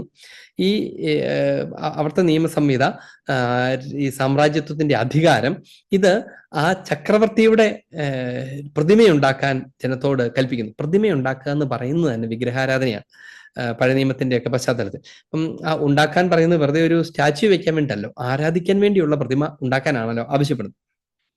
മൃഗത്തിന്റെ പ്രതിമയ്ക്ക് ജീവശ്വാസം പകരാൻ അതിന് അനുവാദം നൽകപ്പെട്ടു. മൃഗത്തിന്റെ പ്രതിമ സംസാരിക്കാനും ആ പ്രതിമയെ ആരാധിക്കാത്തവരെ കൊല്ലിക്കാനും വേണ്ടിയായിരുന്നു. ഇതിന്റെ പുറകില് വളരെ എന്താ പറയാ ന്യൂആൻസർ ആയിട്ടുള്ള ഒരു ചെറിയ കാര്യമുണ്ട് എന്നാണ് പൊതുവിൽ പറയപ്പെടുന്നത്. അതായത് ഈ ഏഷ്യ മൈനറിലൊക്കെ വളരെ പ്രബലമായിരുന്ന ഒരു രീതിയാണ് ഈ മന്ത്രവാദികൾ പ്രതിമകൾ ഉപയോഗിച്ചുകൊണ്ട് ജനതയോട് സംസാരിച്ചിരുന്ന ഒരു രീതി. എന്ന് വെച്ചാല് അങ്ങനെ ഭയങ്കര ട്രെയിൻഡ് ആയിട്ടുള്ള ആളുകൾ ഈ വിജാതീയ പുരോഹിതന്മാരൊക്കെ ഉണ്ടായിരുന്നാണ് പറയപ്പെടുന്നത്. പക്ഷെ ടെമ്പിളിനകത്ത് ഒരു പ്രതിമയൊക്കെ വെക്കും. എന്നിട്ട് പ്രതിമ സംസാരിക്കുന്നത് പോലെ മാറി നിന്ന് സംസാരിക്കും. ദൂരെ നിന്ന് കേൾക്കുന്ന വിധത്തിൽ ദൂരെ നിന്ന് സംസാരിക്കുന്നു എന്ന് തോന്നിപ്പിക്കുന്ന തരത്തിലുള്ള സ്വരമൊക്കെ ഉപയോഗിച്ച് സംസാരിക്കാനൊക്കെയുള്ള ശേഷിയുള്ള അങ്ങനെ ട്രെയിൻഡ് ഒരു തരം മിമിക്രി എന്നൊക്കെ പറയാവുന്ന ഒരു തരം കാര്യമാണ്. അങ്ങനെയൊക്കെ ചെയ്യാൻ കഴിവുള്ള മന്ത്രവാദികളൊക്കെ അവരുടെ ഇടയ്ക്കൊക്കെ ഉണ്ടായിരുന്നു. അപ്പം ചില ആളുകൾ ഇപ്പൊ ചില ആളുകളൊക്കെ നമ്മുടെ നാട്ടിലൊക്കെ പോലും ചിലപ്പോൾ അങ്ങനെ കണ്ടിട്ടുണ്ടാവുമായിരിക്കും, എൻ്റെ മേൽ മറ്റേ ആളുടെ ആത്മാവ് ബാധിച്ചു, അതുകൊണ്ട് ആ ആളുടെ സ്വരത്തിലൊക്കെ സംസാരിക്കുകയൊക്കെ ചെയ്യുന്നു എന്നൊക്കെ പറയുന്നത് പോലത്തെ അങ്ങനെ പ്രതിമകളെ ഉപയോഗിച്ചുകൊണ്ട് ആ പ്രതിമ സംസാരിക്കുന്നു, ആ ദൈവമാണ് നിന്നോട് സംസാരിക്കുന്നത്. ജനം പ്രാർത്ഥിക്കുകയൊക്കെ ചെയ്യുമ്പോഴത്തേനും ഈ ദൈവം പറയുന്നു എന്നൊക്കെ പറഞ്ഞ് സംസാരിക്കുകയൊക്കെ ചെയ്യുന്ന ഒരു രീതി നമ്മുടെ നാട്ടിലൊക്കെ അതിൻ്റെ സ്വഭാവങ്ങളൊക്കെ ഉണ്ട്. എന്ന് വെച്ചാൽ ചില നമ്മുടെ നാട്ടിലെ പോലും ഇന്ത്യയിലെയൊക്കെ ചില പ്രാചീന മതങ്ങൾക്കകത്ത് ദൈവം എൻ്റെ മേൽ കയറി, അതുകൊണ്ട് വേറെ തരത്തിൽ ആംഗ്യങ്ങളെ കാണിക്കുകയും ചേഷ്ടകൾ കാണിക്കുകയും നാക്ക് നീട്ടുകയും ചില പ്രത്യേക സ്വരങ്ങൾ ഉണ്ടാക്കുകയും ദൈവമാണ് പറയുന്നത് എന്നൊക്കെ പറഞ്ഞ് പറയുകയൊക്കെ ചെയ്യുന്ന കൾട്ടുകൾ നമ്മുടെ നാട്ടിലൊക്കെ ഉണ്ട്. അത് ലോകമെമ്പാടുമുള്ള പ്രാചീന ഒരു റിലീജിയസ് രീതിയായിരുന്നത്. അപ്പം അങ്ങനത്തെ ഒരു കാര്യത്തിന്റെ പശ്ചാത്തലം ഇവിടെയുണ്ട്. മൃഗത്തിന്റെ പ്രതിമയുണ്ടാക്കി അത് ഭൂവാസികളോട് പറയുന്നു. മൃഗത്തിന്റെ പ്രതിമയ്ക്ക് ജീവശ്വാസം പകരാൻ അതിന് അനുവാദം നൽകപ്പെട്ടു. മൃഗത്തിന്റെ പ്രതിമ സംസാരിക്കാനും ആ പ്രതിമയെ ആരാധിക്കാത്തവരെ കൊല്ലിക്കാനും വേണ്ടിയായിരുന്നു അത്. എന്ന് വെച്ചാൽ ഈ മൃഗത്തിന്റെ പ്രതിമ അഥവാ ചക്രവർത്തിയുടെ പ്രതിമ വെച്ചിരിക്കുന്നു, അതിനെ ആരാധിക്കാത്തവരൊക്കെ അത് വധിക്കുകയും ചെയ്യും. അങ്ങനെ വധിക്കാൻ പ്രചോദിപ്പിക്കുന്ന തരത്തിൽ സംസാരിക്കുന്ന മന്ത്രവാദികൾ. ഇനി അതിന്റെ അപ്പുറത്ത് അങ്ങനെ അതിനെ ആരാധിക്കാത്തവരെ കൊല്ലാൻ അനുവദിക്കുന്ന നിയമസംഹിത. ഇത് രണ്ടിനെയും കൂടിയാണ് കൂട്ടിക്കുഴച്ച് അവതരിപ്പിക്കുന്നത്. ചെറിയവരും വലിയവരും ധനികരും ദരിദ്രരും സ്വതന്ത്രരും അടിമകളുമായ എല്ലാവരുടെയും വലങ്കയിലോ നെറ്റിയിലോ അടയാളപ്പെടുത്താൻ അത് ഇടയാക്കുന്നു. ഇവിടെയാണ് കുറച്ച് കോംപ്ലിക്കേറ്റഡ് ആയിട്ടുള്ള ചില കാര്യങ്ങൾ നമുക്ക് പറയേണ്ടത്. നെറ്റിയിലോ വലങ്കയിലോ ഒക്കെ ഈ മൃഗത്തിന്റെ മുദ്ര അടയാളപ്പെടുത്താൻ അത് ഇടയാക്കുന്നു. എന്നിട്ടോ മൃഗത്തിന്റെ നാമത്തിന്റെയോ നാമസംഖ്യയുടെയോ അടയാളമില്ലാത്തവർക്ക് കൊടുക്കൽ വാങ്ങൽ അസാധ്യമാക്കാനാണത്. ഇവിടെയാണ് ജ്ഞാനത്തിന്റെ ആവശ്യം. ബുദ്ധിയുള്ളവൻ മൃഗത്തിന്റെ സംഖ്യ കണക്കുകൂട്ടട്ടെ, അതൊരു മനുഷ്യന്റെ സംഖ്യയാണ്, അതിന്റെ സംഖ്യ 666. നോക്കുക, അസന്നിഗ്ധമായിട്ട് കൃത്യമായിട്ട് പറയാണ് ആ സംഖ്യ അതൊരു മനുഷ്യന്റെ സംഖ്യയാണ് എന്ന് വെച്ചാൽ അത് മൃഗം എന്ന് പറഞ്ഞു വന്നെങ്കിലും സംഭവം മൃഗമല്ല എന്ന് വിശുദ്ധ ഗ്രന്ഥഭാഗം തന്നെ കൃത്യമായിട്ട് പറയാണ്. അത് മൃഗവും അല്ല സാത്താനും അല്ല, പകരം അത് മനുഷ്യനാണ്. ഇതാണ് അവിടുത്തെ പ്രധാനപ്പെട്ട കാര്യം. അതുകൊണ്ട് ഈ 666 കുറിച്ച് പറയുമ്പോൾ ഉടനെ സാത്താനെന്ന് ആരോപിക്കേണ്ട കാര്യമില്ല, അതൊരു മനുഷ്യനാണ് എന്ന് തന്നെയാണ് വെളിപാട് പുസ്തകം സംസാരിക്കുന്നത്. ഇനി അത് ഒരു സംശയവും കൊടുക്കാതിരിക്കാൻ വേണ്ടി ഈ വായിക്കുന്ന ആളുകൾക്ക് നീറോയെ കുറിച്ചാണ് പറയുന്നത് തോന്നിയാലും ഇനി അല്ലായിരിക്കും, ഇനി എങ്ങാനും സാത്താനെ കുറിച്ച് തന്നെയാണോ പറയുന്നത് എന്നൊരു സംശയം പോലും ഉണ്ടാകാതിരിക്കാൻ വേണ്ടി വിശുദ്ധ ഗ്രന്ഥകാരൻ കൃത്യമായിട്ട് പറയാണ് അത് ഒരു മനുഷ്യന്റെ സംഖ്യയാണ്. എന്താണ് ഈ സംഖ്യയുടെ പശ്ചാത്തലം? സംഖ്യയുടെ പശ്ചാത്തലം എങ്ങനെയാണ്? ഇത് ബുദ്ധിയുള്ളവൻ കണക്ക് കൂട്ടേണ്ട ഒരു സംഖ്യയാണ്. ബുദ്ധിയുള്ളവൻ കണക്ക് കൂട്ടേണ്ട സംഖ്യ. അപ്പൊ എന്ന് പറഞ്ഞാൽ നേരിട്ടുള്ള സംഖ്യയല്ല, ഒരു സ്ഥലത്ത് എഴുതി വെച്ചിരിക്കുന്ന സംഖ്യയല്ല, കണക്ക് കൂട്ടുമ്പോൾ മാത്രം ഉണ്ടാകുന്ന സംഖ്യയാണ് ഈ 666. ഇതാണ് അതിന്റെ രസകരമായ കാര്യം. കണക്ക് കൂട്ടുമ്പോൾ മാത്രമാണ് ഈ 666 എന്നുള്ള കാര്യം ഉണ്ടാകുന്നത്, അല്ലാണ്ട് നേരിട്ടൊരു 666 ഇല്ല. ഇനി അടുത്ത കാര്യം എന്താണ്? ഇനി അടുത്തത് മറ്റൊന്നൊരു മുദ്രയുടെ കാര്യമാണ്. എല്ലാവരുടെയും വലങ്കയിലോ നെറ്റിയിലോ അടയാളപ്പെടുത്താൻ ഒരു മുദ്ര. എന്താണ് ഈ മുദ്ര എന്ന് പറയുന്നത്? ഇത് ശരിക്കും പറഞ്ഞു കഴിഞ്ഞാൽ ഈ എതിർ ക്രിസ്തു എന്ന് പറയുന്നത് പോലെ അവതരിപ്പിക്കുന്ന കാര്യമാണ്. ഈ മിശിഹായുടെ മുദ്ര എന്ന് പറയുന്നൊരു കാര്യമുണ്ട്. മിശിഹായുടെ മുദ്ര എന്താണത്? അത് മാമോദിസ മുദ്രയാണ്. ആത്മാവിൽ മായാത്ത മുദ്ര പതിപ്പിക്കുന്ന കൂദാശകൾ എന്നൊക്കെ നമ്മൾ പഠിച്ചിട്ടില്ലേ? ആത്മാവിൽ പതിപ്പിക്കുന്ന മുദ്രയെക്കുറിച്ചുള്ള ധാരണ ആദിമസഭയ്ക്ക് നന്നായിട്ടുണ്ടായിരുന്നു. അപ്പൊ അവരോരോരുത്തരും ഇങ്ങനെ കരുതിയിരുന്നു, ഞങ്ങൾ മിശിഹായാൽ മുദ്ര ചെയ്യപ്പെട്ടവരാണ്, മാമോദിസയാൽ മുദ്രിതരും എന്ന് നമുക്ക് എപ്പോഴും പറയാറില്ലേ, മാമോദിസയാൽ മുദ്രിതരും. മാമോദിസയാൽ മുദ്രിതരായിരിക്കുന്ന അവർക്ക് ഇനി മറ്റൊരു മുദ്രയുടെയും ആവശ്യമില്ല, അവർ മറ്റൊന്നിനാലും മുദ്ര ചെയ്യപ്പെടാൻ ആഗ്രഹിക്കുന്നുമില്ല. അങ്ങനെ ഇരിക്കെ സാത്താന്റെ ശക്തിയോടുകൂടെ സാത്താനെ പോലെ വരുന്ന, മൃഗത്തെ പോലെ വരുന്ന ഈ നീറോ ചക്രവർത്തി എല്ലാവരോടും രാജാവിന്റെ മുദ്ര അണിയാൻ ആവശ്യപ്പെടും. രാജാവിന്റെ മുദ്ര അണിയാൻ ആവശ്യം. ഒരു പക്ഷേ ആ കാലഘട്ടത്തിൽ രാജാവ് കൊടുത്തിരുന്ന പൗരത്വത്തിന്റെ പാസ്പോർട്ട് പോലത്തെ സാധനങ്ങളാവാത്, അല്ലെങ്കിൽ ഇങ്ങനെയൊക്കെ പറയപ്പെടുന്നു. അവർക്ക് ഈ ഒരു രാജാവിന്റെ ഒരു കോയിൻ പോലത്തെ ഒരു സാധനം കയ്യിൽ കെട്ടി നടക്കുക, അവിടുത്തെ പൗരനാണെന്ന് കാണിക്കാൻ പറ്റുന്ന ഒരു ഒരു ഒരു അന്നത്തെ കാലത്തെ വളരെ പ്രാചീനമായ ഒരു പാസ്പോർട്ട്, ഒരു വിസ പാസ്പോർട്ട് ടൈപ്പുള്ള ഒരു കാര്യം, അതൊക്കെ കയ്യിൽ കെട്ടി അവർ നടക്കുമായിരുന്നു എന്ന് കരുതപ്പെടുന്നവരുണ്ട്.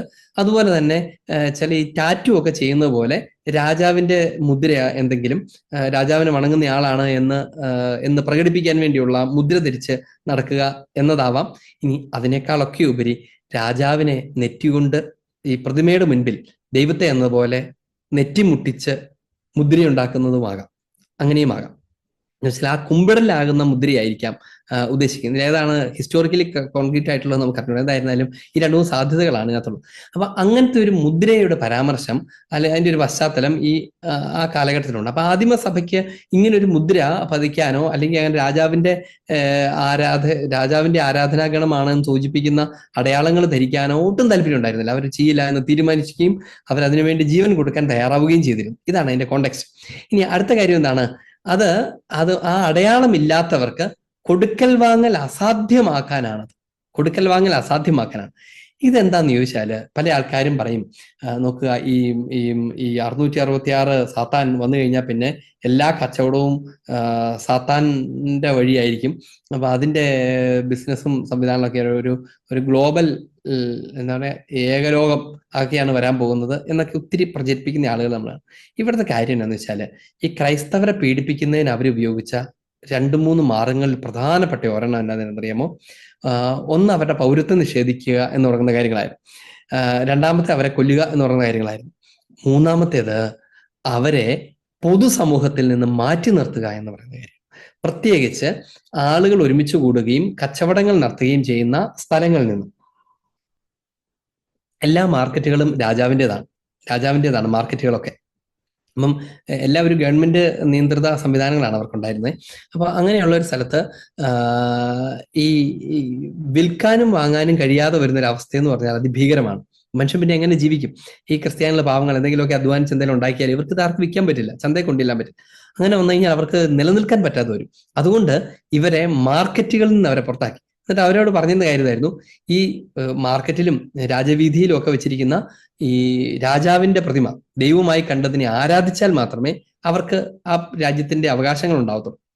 അപ്പം ഈ മാർക്കറ്റിനകത്ത് പോലും ഈ ചക്രവർത്തിയുടെ പ്രതിമയൊക്കെ വെച്ചിട്ടുണ്ടാവും. അവിടെ ചെന്ന് പൊതുവായി വണങ്ങുകയൊക്കെ ചെയ്യുന്നുണ്ടോ എന്ന് രാജകിങ്കരന്മാരൊക്കെ ശ്രദ്ധിച്ചുകൊണ്ടൊക്കെ ഇരിക്കും.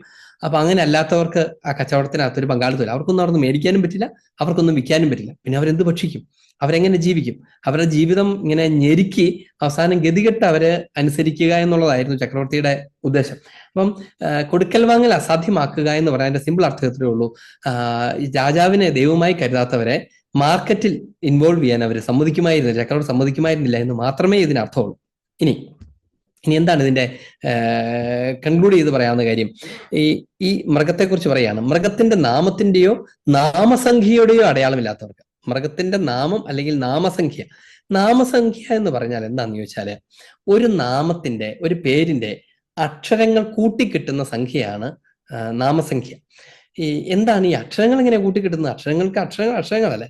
എന്നാൽ ഇവയ്ക്ക് ആൽഫ ന്യൂമറിക്കൽ വാല്യൂസ് ഉണ്ടായിരുന്നു. പ്രത്യേകിച്ച് ഈ പല പ്രാചീന ഭാഷകൾക്കും അങ്ങനെയുണ്ട്. പ്രത്യേകിച്ച് നമ്മളിവിടെ സംസാരിക്കുന്ന ഹിബ്രു ഭാഷയ്ക്ക് അങ്ങനെ ഒരു പശ്ചാത്തലം ഉണ്ട് എന്ന് ഒരു പക്ഷെ നിങ്ങൾ കേട്ടിട്ടുണ്ടാവുമായിരിക്കും. അപ്പം ഓരോ അക്ഷരത്തിനും ഒരു സംഖ്യാമൂല്യം എന്നാണ് പറയാറ്. അക്ഷരത്തിന് ഇപ്പൊ ഒരു ഇംഗ്ലീഷിൽ എ എന്ന് എഴുതുമ്പം എ എന്ന് മാത്രമല്ല അതിന് അർത്ഥം, അതിന് ഇത്ര സംഖ്യ എന്നും കൂടി അർത്ഥമുണ്ടെന്ന് വിചാരിച്ചു. അപ്പൊ ഒരു നമ്പറായിട്ടും അത് ഉപയോഗിക്കും, ഒരു അക്ഷരമായിട്ടും അത് ഉപയോഗിക്കും. അങ്ങനെ ഉള്ള ഒരു രീതി ഈ ഹിബ്രു ലെറ്റേഴ്സിനുണ്ട്. അപ്പൊ അതുകൊണ്ടാണ് നാമസംഖ്യ എന്ന വാക്ക് ഉപയോഗിക്കുന്നത്. നാമസംഖ്യ. ഈ നാമസംഖ്യ അടയാളപ്പെടുത്താത്തവർക്ക് ഇത് അസാധ്യമാകുമായിരുന്നു എന്നാണ് ഇതിന്റെ സിമ്പിൾ അർത്ഥം. എന്ത് നാമസംഖ്യയാണ്? ഈ പറഞ്ഞ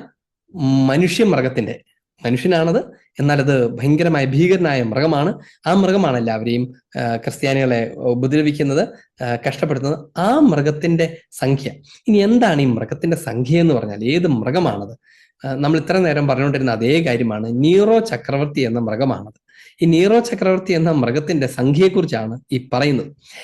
എന്താണിത്, എങ്ങനെയാണിത് കണക്കാക്കേണ്ടതെന്ന് ചോദിച്ചാല്, ഈ ഹീബ്രു ലെറ്റേഴ്സിന്റെ മൂല്യം ടാലി ചെയ്ത് കഴിഞ്ഞാൽ ഈ നീറോ കൈസർ അന്ന് എഴുതാനായിട്ട് 7 അക്ഷരങ്ങളാണ് ആവശ്യമുള്ളത്. 7 അക്ഷരങ്ങൾ. ഞാനത് കൃത്യമായിട്ട് ഇത് പറയുന്നത് വെച്ചാൽ നിങ്ങൾ ആരെങ്കിലും ചോദിക്കുകയാണെങ്കിൽ പറയാൻ ആശങ്കപ്പെടണ്ടല്ലോ എന്ന് വിചാരിച്ചു. നിങ്ങൾ നോട്ട് ചെയ്യാം. നീറോ അന്ന് ഈ ഹിബ്രു ലെറ്റേഴ്സിന്റെ പ്രത്യേകത, അതിന് ആദ്യം വവൽസേ ഇല്ലായിരുന്നു. പിന്നീടാണ് വവൽസ് ഉണ്ടായത്. വവൽസ് എല്ലാം കുത്തും കോമയൊക്കെയാണ്, ഇങ്ങനെ കുത്തുകളൊക്കെയാണ്, അതൊരു അക്ഷരമല്ല. ഹീബ്രു ലെറ്റേഴ്സിന്റെ വവൽസ് അതിന് കൺസണൻസ് മാത്രമേ ഉള്ളൂ. എന്താ പറയാ, വ്യഞ്ജനാക്ഷരങ്ങൾ മാത്രമേ ഉള്ളൂ, സ്വരാക്ഷരങ്ങളില്ല. അപ്പം നീറോ റ എന്നൊക്കെയാണ് എഴുതുന്നത്. അപ്പം നീറോൻ എന്നാണ് ചക്രവർത്തിയുടെ പേര്. ഇനി കൈസർ. ഇത് ഏതൊക്കെ അക്ഷരങ്ങളാണെന്ന് ചോദിച്ചാൽ, ആദ്യത്തേത് നൂൻ എന്ന അക്ഷരമാണ്, അതിന്റെ സംഖ്യ 50 ആണ്, 50. അടുത്തത് റേഷ് എന്ന അക്ഷരമാണ്, അതിന്റെ സംഖ്യ 200 ആണ്. ഇനി വാവ് എന്ന് പറയുന്ന അക്ഷരം, അതിന്റെ സംഖ്യ 6 ആണ്, 6. അടുത്ത അക്ഷരം നൂനാണ്, നൂൻ. ആദ്യത്തെ നിറീൻ അങ്ങനെ വായിക്കും, നീറോൻ എന്ന് വായിക്കും. നീറോൻ എന്ന് എഴുതുന്ന ആദ്യത്തെ എന്നും രണ്ടാമത്തെ ലാസ്റ്റത്തെ എന്നും രണ്ടിന്റെ ന്യൂമറിക്കൽ വാല്യൂ 50 ആണ്, 50 ആണ്. ഇനി അടുത്തത് ഖോഫ് എന്ന അക്ഷരമാണ്, അതിന്റെ ന്യൂമറിക്കൽ വാല്യൂ 100 ആണ്, ക്ക് എന്നൊക്കെ ഉച്ചരിക്കുന്ന. ഇനി അടുത്തത് സമേഖ്, അതിന്റെ സംഖ്യാമൂല്യം 60 ആണ്, 60 ആണ്. അത് സ എന്ന പോലെയൊക്കെ ഉച്ചരിക്കും. അടുത്തത് റേഷ്, കൈസർ, നീറോ കൈസർ. അത് റേഷിന്റെ സംഖ്യാമൂല്യം 200 ആണ്, നമ്മൾ ആദ്യം പറഞ്ഞായിരുന്നു.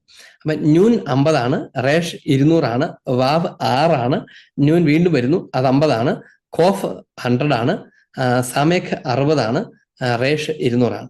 ഇതെല്ലാം കൂടെ കൂട്ടിക്കഴിയുമ്പം ഉണ്ടാകുന്ന സംഖ്യയാണ് 666. നീറോ കൈസർ എന്ന് എഴുതിയിട്ട് അതിന് അവർക്ക് പരിചയമുള്ള അവരുപയോഗിക്കുന്ന ന്യൂമറിക്കൽ വാല്യൂസ് എല്ലാം കൂടെ പ്ലസ് ഇട്ട് ടാലി ചെയ്ത് കഴിഞ്ഞാൽ കിട്ടുന്ന സംഖ്യയാണ് ഈ 666. എന്ന് വെച്ചാൽ അതിലൂടെ തന്നെ ക്ലിയർ ആണ് ഇത് നീറോഡ്. എന്നിട്ട് അതുകൊണ്ടാണ് പറഞ്ഞത്, ബുദ്ധിയുള്ളവൻ ആ മൃഗത്തിന്റെ സംഖ്യ കണക്ക് കൂട്ടട്ടെ എന്ന് വെച്ചാൽ, ചുമ്മാ ഏതാ മൃഗം എന്ന് ആലോചിച്ചുകൊണ്ടിരിക്കാണ്ട് കുറച്ച് ബുദ്ധി ഉപയോഗിക്കുക, എന്നിട്ട് ആ സംഖ്യ ഒന്ന് കണക്ക് കൂട്ടി നോക്ക്. ആ സംഖ്യ 666 ആയിരിക്കും.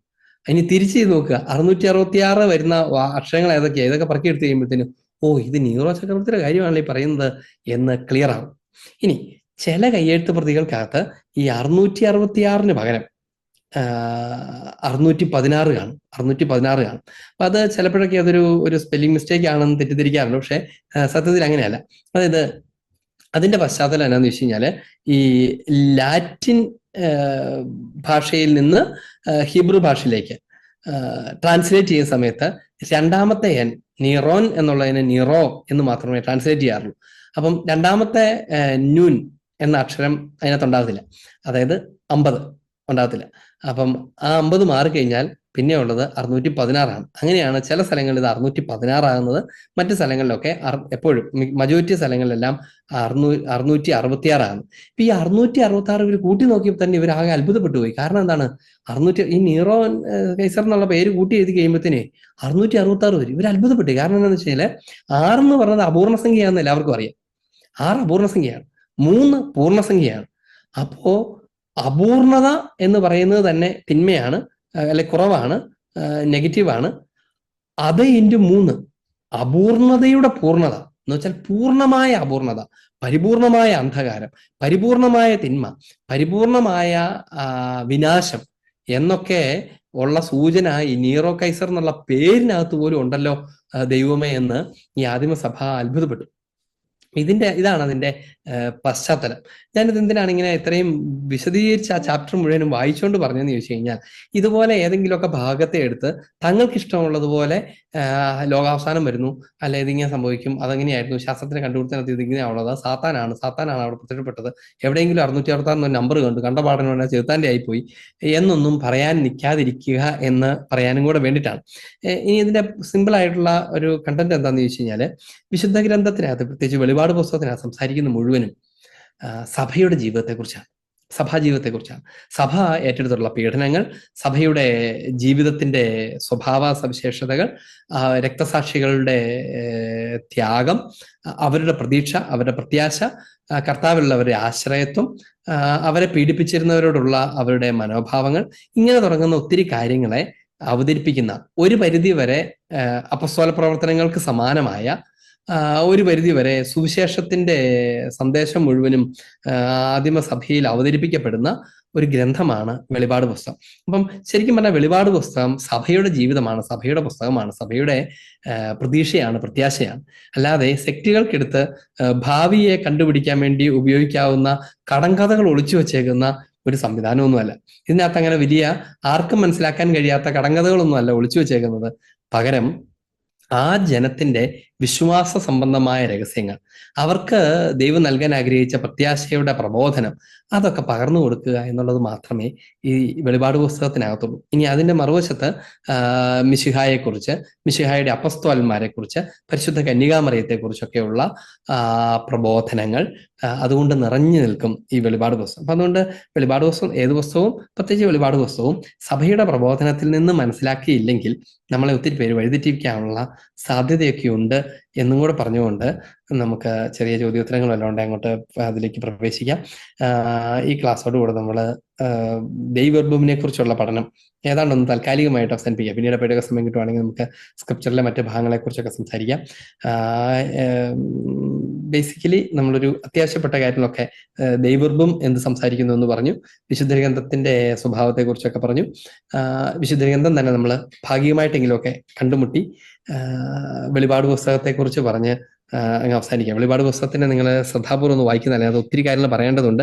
അവസാനത്തെ ആ വാക്ക് തന്നെയാണ് അതിന്റെ ഏറ്റവും പ്രധാനപ്പെട്ട ഹൈലൈറ്റ്. വെളിപാട് പുസ്തകത്തിന്റെ അവസാനത്തെ വാക്ക് അതിങ്ങനെയാണ്: സാക്ഷ്യപ്പെടുത്തുന്നവൻ പറയുന്നു, അതെ ഞാൻ വേഗം വരുന്നു. ആമേൻ, കർത്താവായ യേശുവേ വരയണമേ, മാറാനാത്ത.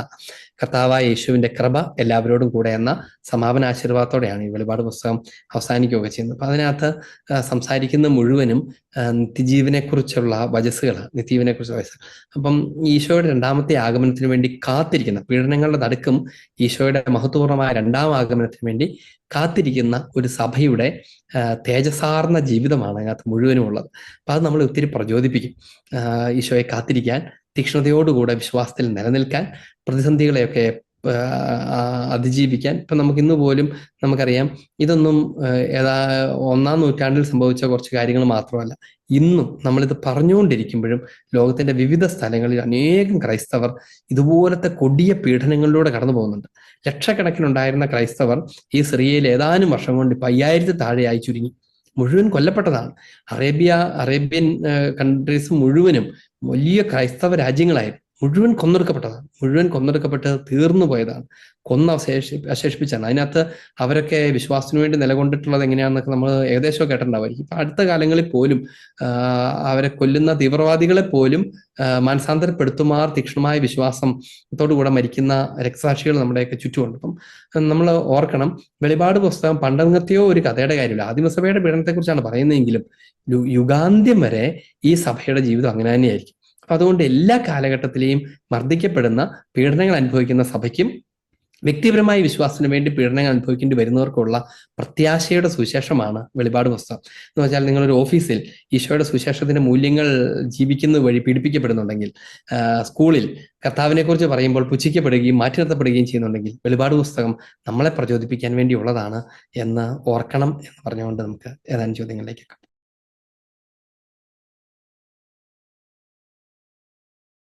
ഹലോ അച്ഛൻ, ഈശോമിശിഹായ്ക്ക് സ്തുതിയായിരിക്കട്ടെ. ദൈവത്തിന് സ്തുതി. അച്ഛന് അവസാനം പറഞ്ഞ വാചകങ്ങള് ഞാൻ ആദ്യം അങ്ങ് പറയാനിരുന്നതാണ്, അപ്പൊ അത് അച്ഛൻ തന്നെ പറഞ്ഞിട്ട് നന്ദി. അതായത് ദൈവവചനം അല്ലെങ്കിൽ സുവിശേഷം വായിക്കുമ്പോൾ നമ്മൾ അതിലുള്ള വചനങ്ങളെല്ലാം നമ്മൾ ഈ കാലഘട്ടത്തുമായിട്ട് ബന്ധപ്പെടും. അതായത് ഇപ്പോൾ ഒരു ഉദാഹരണത്തിന് ജെറുസലേം എന്ന് പറയുന്നത് ഞാനാണെന്നും യൂദയ എന്ന് പറയുന്നത് എൻ്റെ കുടുംബമാണെന്നൊക്കെ വേണമെങ്കിൽ സങ്കല്പിക്കാമല്ലോ. അപ്പൊ അങ്ങനെ നമ്മൾ ചെയ്യണമെന്ന് പറയുന്നുണ്ട്. അപ്പൊ ഈ കാലഘട്ടത്തിലേക്ക് കൂടിയുള്ളൊരു സന്ദേശമാണ് വെളിപാട് എന്ന് പറയുമ്പോൾ, ഈ സീസറിന്, നീറോ ചക്രവർത്തിക്ക് തുല്യനായ ഒരു രാജാവോ അല്ലെങ്കിൽ ഒരു ആശയമോ അല്ലെങ്കിൽ ഒരു അവസ്ഥയോ അല്ലെങ്കിൽ എന്തെങ്കിലും അത് ഈ കാലഘട്ടത്തിലും ഉണ്ടാകാമെന്നല്ലോ. നമുക്ക് കമ്പയർ ചെയ്ത് ഇഷ്ടംപോലെ അങ്ങനെ കിട്ടും. പിന്നെ അതുപോലെ മുദ്ര എന്ന് പറയുമ്പോൾ ഈ കാലഘട്ടത്തിൽ ഇപ്പോൾ ടാറ്റു ഏറ്റവും അധികം പ്രസിദ്ധമായിക്കൊണ്ടിരിക്കുക. ഒത്തിരി ആളുകൾ ടാറ്റു ഇല്ലാത്ത ഒരു വളരെ കുറവാണ്. എവിടെയെങ്കിലും ഒരു ടാറ്റു ചെയ്തിട്ട് അതൊരു ഫാഷൻ ആയിരിക്കും. അപ്പോൾ അതൊക്കെ ഒരു മുദ്രയായിട്ടും നമുക്ക് കണക്കാക്കാം. അങ്ങനെ വെച്ച് നോക്കുമ്പോൾ നമ്മൾ ഈ കാലഘട്ടത്തിലുള്ള കാര്യങ്ങളുമായിട്ട് ബന്ധപ്പെടുത്തി ചിന്തിക്കാമെന്ന് നമുക്ക് ചിന്തിക്കാമല്ലോ. അതിനർത്ഥം ഈ ഒരു രാജാവ് ഇതുപോലെ ഒരു വ്യക്തിയോ അല്ലെങ്കിൽ ഒരു ആശയമോ ആയിക്കൂടെ. പ്രത്യേകിച്ച് നമ്മൾ കമ്പയർ ചെയ്യണമെങ്കിൽ ഇഷ്ടം പോലെ ആൾക്കാരെ കിട്ടും. ഭരണാധിപന്മാരൊക്കെ ഇതുപോലെ പ്രവർത്തിക്കുന്നവരുണ്ട്. സഭയെ പീഡിപ്പിക്കുന്നവരും ഇപ്പൊ രക്തസാക്ഷിത്വത്തിന്റെ കാര്യങ്ങളൊക്കെ പറയുമ്പോൾ അതുപോലെ എല്ലാം അല്ലെങ്കിലും ചിലതൊക്കെ സൂചനയുണ്ട്. അപ്പൊ അങ്ങനെയും കൂടി ഇതിനെ കണക്കാക്കി കൂടെ. അങ്ങനെയാണെങ്കിൽ അതൊരു മുന്നറിയിപ്പ് തരുന്നത് പോലെയും, അല്ലെങ്കിൽ അത് ഈ കാലഘട്ടത്തിൽ അതുകൊണ്ടൊക്കെ ആയിരിക്കും ഒരുപക്ഷെ ഈ മറ്റുള്ള ഇവരെല്ലാവരും അത് കമ്പയർ ചെയ്ത് അങ്ങനെ എടുക്കുന്നത്. ഒരുപക്ഷെ അങ്ങനെയുള്ള കോയിൻസിഡൻസ് വരുന്നുണ്ട്. അതുപോലെ ഇൻസിഡന്റലി ഈ ചിപ്പ് നെറ്റിയിലോ അല്ലെങ്കിൽ കൈത്തണ്ടയിലോ ഫിറ്റ് ചെയ്താലാണ് കൂടുതൽ എഫിഷ്യന്റ് ആയിട്ട് വർക്ക് ചെയ്യുക എന്ന് പറയുന്നുണ്ട്. അപ്പൊ അത് പിന്നെ പറയപ്പെടുന്നത് ഇപ്പൊ ക്രെഡിറ്റ് കാർഡ് അവസാനം ഐഡന്റി കാർഡൊക്കെ ഈ ചിപ്പിലേക്ക് മാറും എന്ന് പറയുന്നുണ്ട്. കൊടുക്കൽ വാങ്ങലൊക്കെ ബുദ്ധിമുട്ടാവുന്നത് ഈ ചിപ്പ് വഴി അല്ലാതെ പറ്റില്ല എന്ന് പറയുന്നുണ്ട്. അതൊക്കെ ഒരു കോയിൻസിഡന്റൽ ആയിട്ടാണെങ്കിലും സാധ്യതയില്ലേ? ഓക്കെ, നല്ല ചോദ്യമാണത്. നമ്മൾ ഇതിനകത്ത് ശ്രദ്ധിക്കേണ്ടത് ഒരു കാര്യം, ഒന്ന് ഒരു ദൈവികമായ പ്രൂഡൻസ് നമ്മൾ ഈ കാര്യത്തിനകത്ത് പുലർത്തണം എന്നുള്ളതാണ് ഇതിനകത്ത് ബേസിക് ആയിട്ടുള്ള ഒരു കാര്യം. ഇനി പ്രൂഡൻസ് ഓരോരുത്തരും വ്യക്തിപരമായിട്ട് എടുക്കേണ്ട കാര്യമല്ല, സഭയാണ് അതിനെക്കുറിച്ച് ഔദ്യോഗികമായി പഠിപ്പിക്കുകയോ ഒക്കെ ചെയ്യണം. നമുക്ക് വേണമെങ്കിൽ നമുക്കിഷ്ടമില്ലാത്ത എല്ലാത്തിലേക്കും ചിലപ്പോൾ അങ്ങനെ അപ്ലൈ ചെയ്യപ്പെടാനുള്ള ഒരു പ്രവണത നമുക്ക് ഉണ്ടാവുകയും ചെയ്യാം. മനസ്സിലായോ? അപ്പൊ അതുകൊണ്ട് ഇതിനെ ജനറലൈസ് ചെയ്യാതിരിക്കാനുള്ള ശ്രദ്ധയാണ് ഒരു കത്തോലിക്ക വിശ്വാസിയുടെ ഡിഗ്നിറ്റി. അതേസമയം ഒരു പ്രൊട്ടസ്റ്റന്റുകാർക്കൊക്കെ ആണെങ്കിൽ അവർക്ക് ഇഷ്ടമില്ലാത്ത എന്തിനേയും വേണം ഇതാന്ന് പറയാം. അവിടുത്തെ വികാരിച്ച് ഇതാണെന്ന് പറയാം. കാരണം ഇങ്ങനെയൊക്കെ സാഹചര്യങ്ങളൊക്കെ വെച്ചിട്ടേ അങ്ങനെ അവർക്ക് ഇഷ്ടമില്ലാത്ത, നമുക്കിഷ്ടമില്ലാത്ത എന്തിനേയും ഇതായിട്ട് അവതരിപ്പിക്കാൻ പറ്റില്ല എന്നുള്ളതാണ് ഒന്നാമത്തെ കാര്യം. ഇനി രണ്ടാമത്തേത്, ഇതിനൊരു കാലിക പ്രസക്തി അങ്ങ് പറഞ്ഞതുപോലെ എപ്പോഴും ഉണ്ട്. എന്ന് വെച്ചാൽ ഈ വെളിപാട് പുസ്തകത്തിനകത്ത് സംസാരിക്കുന്ന ആദിമസഭയുടെ പീഡന മാർഗങ്ങളെല്ലാം ഒരു തരത്തിൽ അല്ലെങ്കിൽ മറ്റൊരു തരത്തിൽ ലോകത്തിൽ എപ്പോഴും ഉണ്ട്. അപ്പൊ പീഡന മാർഗങ്ങളെയും പീഡിപ്പിക്കുന്ന അധികാരത്തെയുമാണ് ശരിക്കും പറഞ്ഞാൽ ഇത് സൂചിപ്പിക്കുന്നതല്ല. അപ്പൊ അങ്ങനെയല്ലാത്തവയെ നമ്മൾ ശരിക്കും നേരിട്ട് അതിനോട് അസോസിയേറ്റ് ചെയ്യേണ്ട ആവശ്യമില്ല. ഇപ്പൊ ഉദാഹരണം പറഞ്ഞാൽ ടാറ്റൂയിങ്ങിനെ നമ്മൾ ഇതുമായിട്ട് അസോസിയേറ്റ് ചെയ്യേണ്ട ആവശ്യമില്ല. പകരം ടാറ്റൂയിങ് ഒരു മോശം പ്രവൃത്തിയായിട്ട് മാത്രം അവതരിപ്പിച്ചാൽ മതി. മോശം പ്രവൃത്തിയായിട്ട്. എന്തുകൊണ്ടാണ് മോശമായിരിക്കുന്നത്? ഒരാൾക്ക് ദൈവം നൽകിയിട്ടുള്ള മനോഹാരിത, അവന്റെ ബോഡി, അത് അവന് പടം വരച്ച് കളിക്കാനുള്ളതല്ല. That is to be respected. അപ്പൊ ഹ്യൂമൻ ബോഡിയോടുള്ള റെസ്പെക്റ്റിനെ കീപ്പ് ചെയ്യണം. അതിനൊരു കുറച്ചുകൂടെ അറ്റൻഷൻ കിട്ടാൻ വേണ്ടി ഒരു പടം വരച്ച് വയ്ക്കുന്നു, ആളുകൾ നോക്കാൻ വേണ്ടി, അല്ലെങ്കിൽ അത് വെച്ച് കഴിയുമ്പോൾ അതൊരു ഭംഗിയാണെന്ന് തോന്നുന്നു. അങ്ങനത്തെ വൈകല്യങ്ങൾ മനുഷ്യന് ഉണ്ടാകേണ്ടതില്ല എന്ന വിധത്തിൽ അതിനെ അവതരിപ്പിച്ചാൽ മതി. ഇനി അങ്ങനെ പറയുമ്പോൾ വേറൊരു കാര്യമുണ്ട്. ഈ ടാറ്റു ചില ആളുകൾ ചിലപ്പം ഇങ്ങനെ ഈശോ എന്നൊക്കെ ടാറ്റു ചെയ്തേക്കുന്ന ആൾക്കാർ നമ്മൾ കാണും.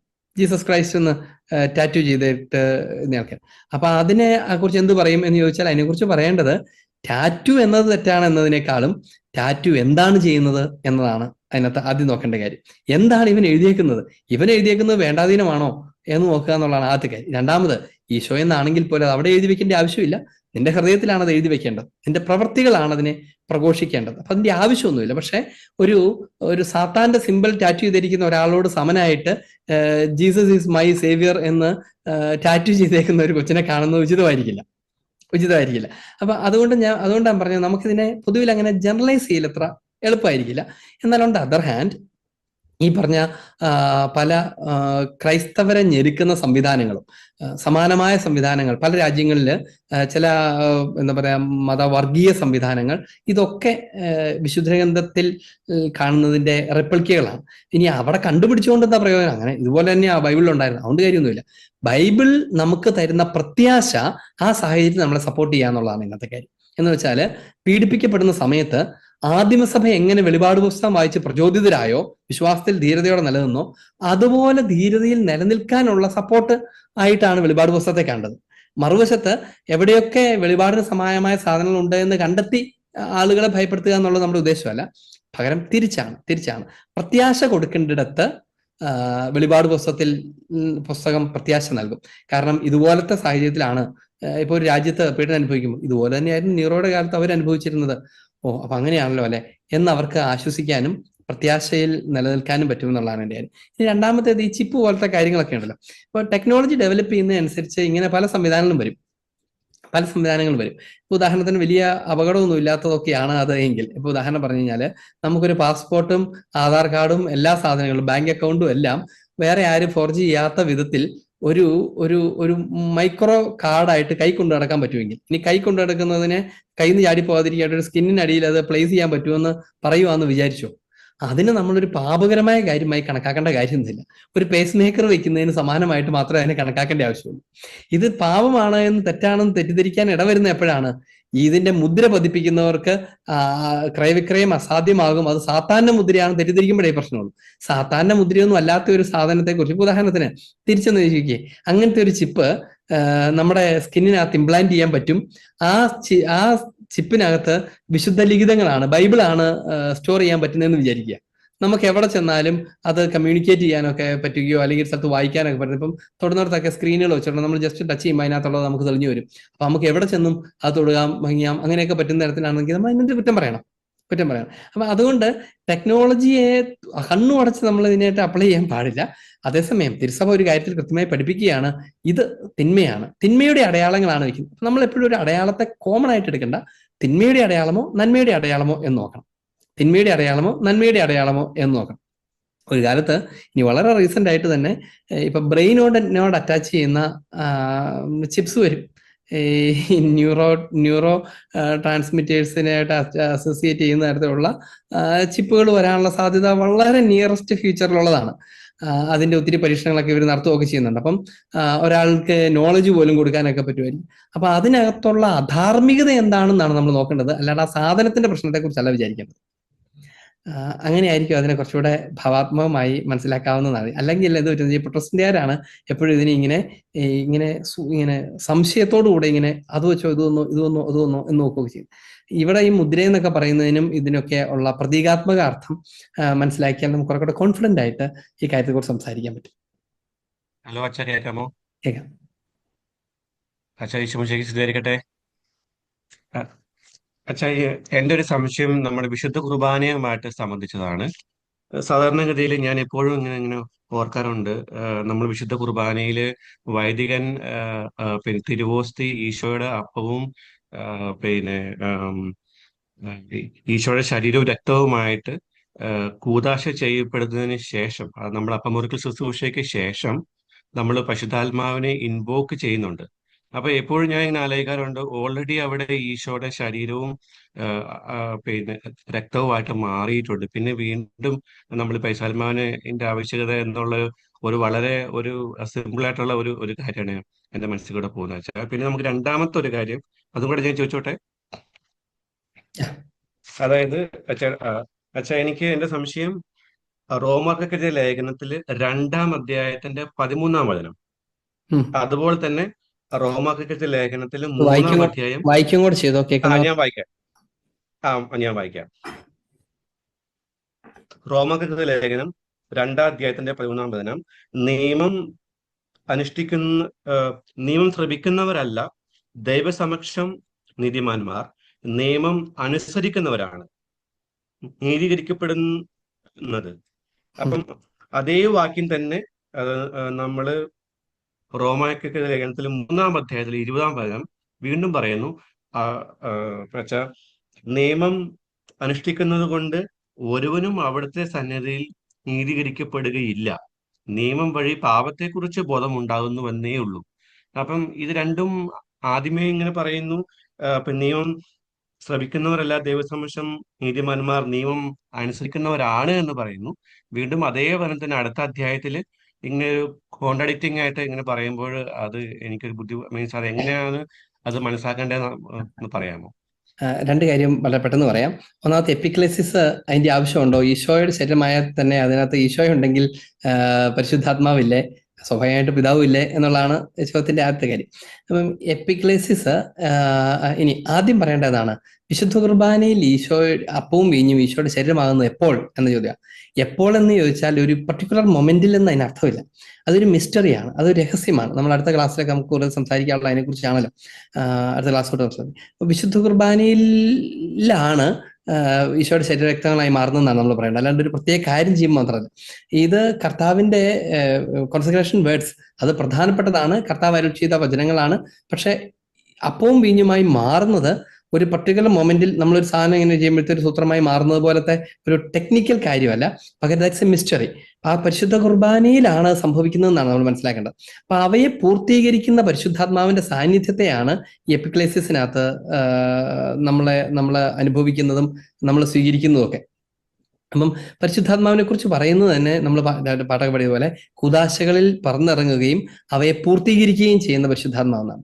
കുദാശകളെ പൂർത്തീകരിക്കുന്ന, അതിൽ കൃപാവരം കൊണ്ട് നിറയ്ക്കുന്ന പരിശുദ്ധാത്മാവാണ്. അപ്പം ഈശോയുടെ സാന്നിധ്യത്തിൽ സ്വാഭാവികമായും ത്രിത്വൈക ദൈവമാണ് സന്നിഹിതമാകുന്നത്, പിതാവ് ഉൾപ്പെടെയാണ്. അതുകൊണ്ടാണ് പിതാവിന്റെ ഒരു ആഗമനത്തെ കുറിച്ച് പറയുന്നത്. പരിശുദ്ധാത്മാവിന്റെ ആഗമനം അത് രണ്ടർത്ഥത്തിലാണ്. ഒന്ന്, മിശിഹായുടെ പരസ്യജീവിത, കുരിശുമരണ, ഉത്ഥാന പ്രവൃത്തികളിൽ ഈശോയെ സഹായിച്ച അതേ പരിശുദ്ധാത്മാവ് ഈ കുദാശയിലും ഉണ്ട് എന്ന് ആഘോഷിക്കപ്പെടുന്നതാണ് ആ സമയം. അപ്പൊ അതുകൊണ്ട് ഒരു പർട്ടിക്കുലർ മൊമെന്റിൽ സംഭവിച്ചത് കൊണ്ട് പിന്നെ പരിശുദ്ധാത്മാവിന്റെ ആഗമനത്തെ കുറിച്ച് ചിന്തിക്കേണ്ടതില്ല, ഓൾറെഡി വന്നു കഴിഞ്ഞു എന്നല്ല. പരിശുദ്ധാത്മാവ് അവിടെ ഓൾറെഡി സന്നിഹിതമാണ്. എന്നാൽ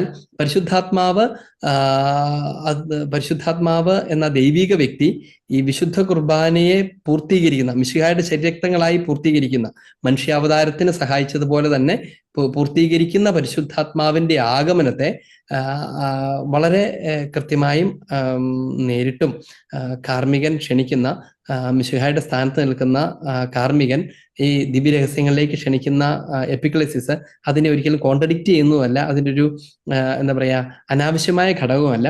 ഇതെല്ലാം കൂടി ചേരുന്ന മിസ്റ്ററിയെ കുറിച്ചാണ് നമ്മൾ ധ്യാനിക്കുകയൊക്കെ ചെയ്യുന്നത്.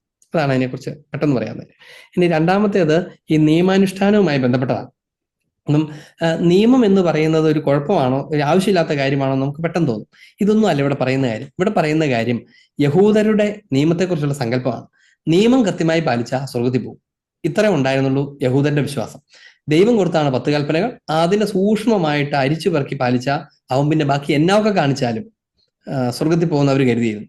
പക്ഷേ പൗലോസ്ലീഹ വിശുദ്ധഗ്രന്ഥത്തിന്റെ പശ്ചാത്തലത്തിൽ, ഈശോയുടെ പ്രബോധനത്തിന്റെ പശ്ചാത്തലത്തിൽ പറയുകയാണ്, നീ ഇങ്ങനെ മെട്രിക്കുലസ് ആയിട്ട് ഒരു ലോ ഒബ്സർവിങ് എന്ന് പറയുന്ന ഒരു പ്രവൃത്തി ചെയ്തെന്ന് വിചാരിച്ചു, നീ അത് ചെയ്യുന്നു പറഞ്ഞാൽ അങ്ങനെ പള്ളിയിൽ ഞായറാഴ്ച, അതായത് സാബത്ത് ദിവസം ഇത്ര സ്ഥാതിയോട് കൂടി നടക്കരുതോ, നീ കൃത്യം അത്ര മാത്രം നടക്കും, ഇങ്ങനെ നീ ചെയ്തുകൊണ്ട് നീ സ്വർഗത്തിൽ പോകുന്നു വിചാരിക്കരുത്.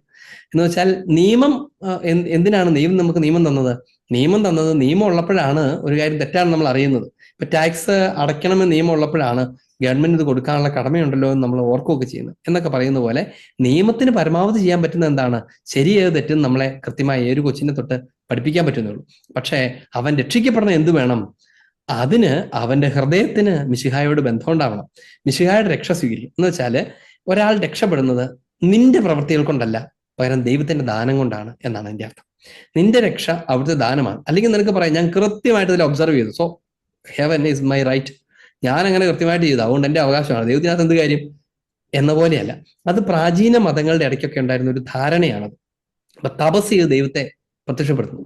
ഞാൻ തപസ് ചെയ്തു, അല്ലെ യാഗം നടത്തി, ദൈവത്തിന് വേറൊരു ഓപ്ഷനില്ല, ദൈവം പ്രത്യക്ഷപ്പെട്ടേ പറ്റുള്ളൂ.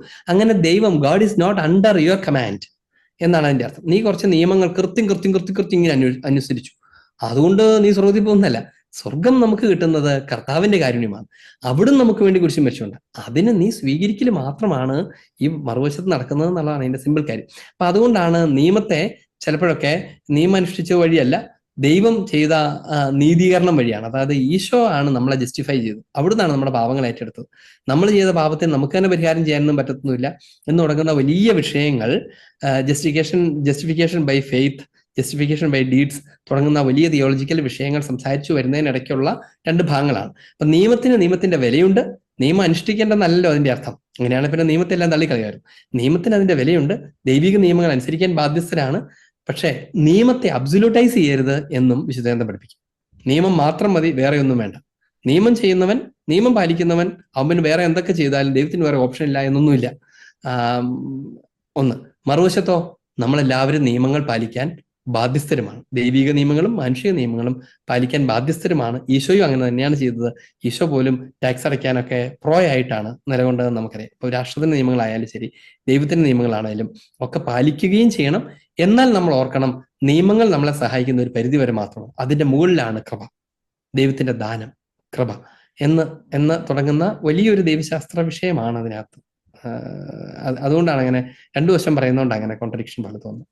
അച്ഛാ ഈശോമിശിഹായിരിക്കട്ടെ. പറയാൻ അച്ഛൻ ആളെ ഈ റെവലേഷൻ ബുക്ക് എപ്പോഴും ഒരു മിസ്റ്ററി ആയിട്ട് എനിക്ക് തോന്നിയിട്ടുള്ളത്. താങ്ക് യു അച്ഛൻ്റെ ക്ലാസ്. ഈ ഒരു പലപ്പോഴും ഇങ്ങനെ ഞാൻ പലരും പറഞ്ഞ് കേട്ടിട്ടുള്ളത് ഈ കാലത്തിന്റെ അടയാളങ്ങൾ എന്ന് പറഞ്ഞ് ബെന്നി പുന്നത്ര, അത് സഭയുടെ ഒരു ഷെവലിയർ ലെവലിലേക്കാണ്, അതുപോലെ ഷാലോം ടി വിയിലൊക്കെ ഒത്തിരി ആക്റ്റീവ് ആളാണ്. ഈ പുസ്തകത്തെ പറ്റി ഭയങ്കര ക്രിറ്റിസിസം കേൾക്കുന്നുണ്ട്. അതായത് ഇത് ഈ എംബർ ഇമ്മാനുവൽ പോലെയുള്ള ഇതിലേക്കുള്ള ഒരു റിക്രൂട്ടിംഗ് ബുക്കാണെന്ന് പറയുന്നുണ്ട്. അതായത് ഈ ലോകം എല്ലാം നശിക്കാൻ പോവാണ്, അതുകൊണ്ട് നമ്മൾ എത്രയും നേരത്തെ ജോലിയൊക്കെ ഉപേക്ഷിച്ച് ആ രീതിയിലുള്ള ഒരു ചിന്താഗതി അതിൽ വരുന്നുണ്ടോ? അതെയോ നമുക്ക് സഭ, ചിലർ പറയുന്നുണ്ട് സഭ ഇതിനെ പ്രൊമോട്ട് ചെയ്യുന്നില്ല എന്ന് പറയുന്നുണ്ട്. ഇത് ശരിയാണോ ഇതിനെപ്പറ്റി? ഒന്നാമത്തെ കാര്യം, ഈ കാലത്തിന്റെ അടയാളങ്ങൾ എന്ന് പറഞ്ഞ പുസ്തകം ഒത്തിരി വർഷമാണ് അദ്ദേഹത്തിന്റെ ശുശ്രൂഷ ജീവിതത്തിന്റെ ഒക്കെ ആരംഭ കാലഘട്ടത്ത് എഴുതിയതാണ് എന്ന് ഞാൻ വിചാരിക്കുന്നു. പിന്നീട് ഒത്തിരി തിയോളജിക്കൽ നോളജിലൊക്കെ വളരുകയും ഒക്കെ ചെയ്തിട്ടുണ്ട്. ഒന്നാമത് നമുക്ക് പറയാവുന്ന കാര്യം, അദ്ദേഹം ഒരിക്കലും ഒരു ദുരുദ്ദേശത്തോട് എഴുതിയ പുസ്തകമല്ല. അദ്ദേഹം ഒരിക്കലും ദുരുദ്ദേശത്തോടെ എഴുതിയ പുസ്തകമല്ല. ഒത്തിരി തീക്ഷ്ണതയോടുകൂടെ സുശേഷ പ്രഘോഷണം നടത്തുന്ന, വിശ്വാസ ജീവിതം നയിക്കുന്ന, തന്റെ ജീവിതവും അധ്വാനവും സമ്പത്തും എല്ലാം സുശേഷവൽക്കരണത്തിന് വേണ്ടി നിസ്വാർത്ഥമായി പങ്കുവയ്ക്കുന്ന ഒരു നല്ല മനുഷ്യൻ. അപ്പൊ അതുകൊണ്ട് അദ്ദേഹത്തിന്റെ അതിനകത്തൊരു ദുരുദ്ദേശം ഉണ്ട് ഒന്നിനർത്ഥത്തിൽ. രണ്ടാമത്തെ കാര്യം എന്ന് വെച്ചാൽ, നമുക്കറിയാലോ എല്ലാ രചനകളും അവയ്ക്ക് സോളിഡ് ആയിട്ടുള്ള തിയോളജിക്കൽ ബാക്ക്ഗ്രൗണ്ട് ഉണ്ടാകേണ്ടതുണ്ട്. ചിലപ്പോഴൊക്കെ നമ്മളൊരു കാര്യത്തെ പറഞ്ഞു വരുമ്പോൾ പോലും ചിലപ്പോൾ ഒക്കെ കുറച്ച് സൈഡ് ലൈൻഡ് ആവാം. എന്ന് പറഞ്ഞാൽ ഒരു കാര്യത്തെക്കുറിച്ച് പറഞ്ഞു വരുമ്പോൾ അത് ഭയങ്കരമായിട്ട് അങ്ങനെ മുഴച്ച് നിൽക്കുകയൊക്കെ ചെയ്യാനുള്ള സാധ്യതയുണ്ട്. അപ്പൊ അങ്ങനത്തെ കുറച്ച് എക്സാജറേഷൻസും കുറച്ച് തെറ്റിദ്ധാരണ വരുത്താവുന്ന തരത്തിലുള്ള, എന്ന് പറഞ്ഞാൽ ഉദ്ദേശിക്കുന്നതിന് അപ്പുറത്തേക്ക് നമുക്ക് തോന്നിപ്പോകാവുന്ന പരാമർശങ്ങളും ഒക്കെ എന്ന് പറഞ്ഞാൽ അദ്ദേഹം എത്രയും വേഗം വിശുദ്ധ ജീവിതത്തിലേക്കും കർത്താവിനോടുള്ള ബന്ധത്തിലേക്കും മടങ്ങി വരാനായിട്ട്, പ്രത്യേകിച്ച് നവീകരണ പ്രസ്ഥാനമൊക്കെ ആരംഭിക്കുന്ന കാലഘട്ടത്തിലാണ്. ഇന്നത്തെ പോലെ ഒരു സഭാജീവിതമൊക്കെ ഒത്തിരി താറുമാറായ പോലത്തെ ഒരു സമയം ഉണ്ടായിരുന്നു. ശരിക്കും പറഞ്ഞാൽ എല്ലാ വീടുകളിലും ഇരുന്ന് ചുമ്മാ സഭയെ കുറ്റം പറയുകയോ ഒക്കെ ചെയ്യുന്ന, അതിനകത്ത് ശരിക്കും നവീകരണ പ്രസ്ഥാനം ഭയങ്കരമായ ഒരു നവീകരണം സഭയിൽ നടത്തിയിട്ടുണ്ട്. അപ്പൊ ആ സമയത്ത് എല്ലാം ആരംഭിക്കുന്ന സമയത്തൊക്കെ ഉണ്ടല്ലോ, ഒരു നമുക്കറിയാം, ഇങ്ങോട്ട് ചാഞ്ഞുകൊണ്ടിരിക്കുന്ന സ്ഥാനത്ത് നമ്മൾ വലിക്കുന്ന പതുക്കെയായിരിക്കില്ല, ഭയങ്കര ശക്തിയിലായിരിക്കും നമ്മൾ ഇങ്ങോട്ട് വലിക്കുക. അപ്പൊ അങ്ങനെ ഒരു മറുവശത്തെ ഒന്ന് ശക്തമായി പറയാൻ നടത്തിയ ശ്രമത്തിനകത്ത് വന്നിട്ടുള്ള മനസ്സിലാക്കാവുന്ന പരാധീനതകളായിട്ട്, കുറവുകളായിട്ട് അതിനെ കണക്കാക്കേണ്ടതുള്ളൂ. ഒരു പക്ഷേ അത് കുറച്ചുകൂടെ തിയോളജിക്കലായിട്ട് ഫോർമുലേറ്റ് ചെയ്തപ്പോൾ ഒരു പ്രത്യേക പുസ്തകത്തെക്കുറിച്ച് പേരിങ്ങനെ പറഞ്ഞു പോയതുകൊണ്ടാണ് എനിക്ക് അതങ്ങനെ കുറച്ചുകൂടെ ഒന്നുകൂടെ മോഡിഫൈ ചെയ്യുകയൊക്കെ ചെയ്താൽ ഫലപ്രദമായി ഉപയോഗിക്കാവുന്ന ഒരു പുസ്തകമാണ്. പിന്നെ അത് എപ്പോഴും ഒരു സ്പിരിച്വൽ വീക്ഷണങ്ങളുടെ ഗ്രന്ഥമാണ്, സഭാപ്രബോധനങ്ങളുടെ ഗ്രന്ഥമല്ല എന്ന് നമുക്കറിയാം.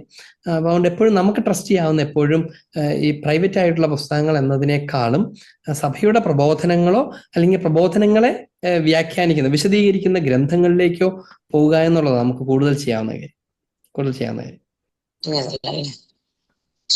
സ്തുതിയായിരിക്കട്ടെ അച്ഛാ. വെളിപാട് പുസ്തകത്തെ കുറിച്ച് പറയുമ്പോൾ ഈ ചില വൈദികരുടെ കൂട്ടത്തില് ചില ലേഡീസിന് പ്രത്യേകമായിട്ടുള്ള വരങ്ങൾ കിട്ടിയിട്ടുണ്ടെന്നൊക്കെ പറഞ്ഞിട്ട് ധ്യാനിപ്പിക്കാൻ ടീമിൽ കൊണ്ടുപോകാറുണ്ട്. പ്രത്യേകിച്ച് പഞ്ചക്ഷതങ്ങൾ കിട്ടിയിട്ടുണ്ടെന്നും, അതുപോലെ പുസ്തകങ്ങളൊക്കെ എഴുതി അത് പ്രചരിപ്പിക്കണം, അത് പറഞ്ഞു കൊടുക്കണം എന്നൊക്കെ പറഞ്ഞ് നിർബന്ധിച്ചു വിടുന്ന ഒരു ഉദാഹരണം. പേരുകളൊന്നും പറയുന്നില്ല. അപ്പൊ അതൊക്കെ അനുവദിക്കപ്പെട്ടതാണോ? വിശ്വസിക്കാൻ തോന്നുകയല്ല. മധ്യാകാശ ഈശോ വരുന്നു എന്നൊക്കെയുള്ള പെന്തക്കോസ്തൽ ടൈപ്പിലുള്ള ഒരു പ്രചരിപ്പിക്കലാണ് അതിൽ കാണുന്നത്.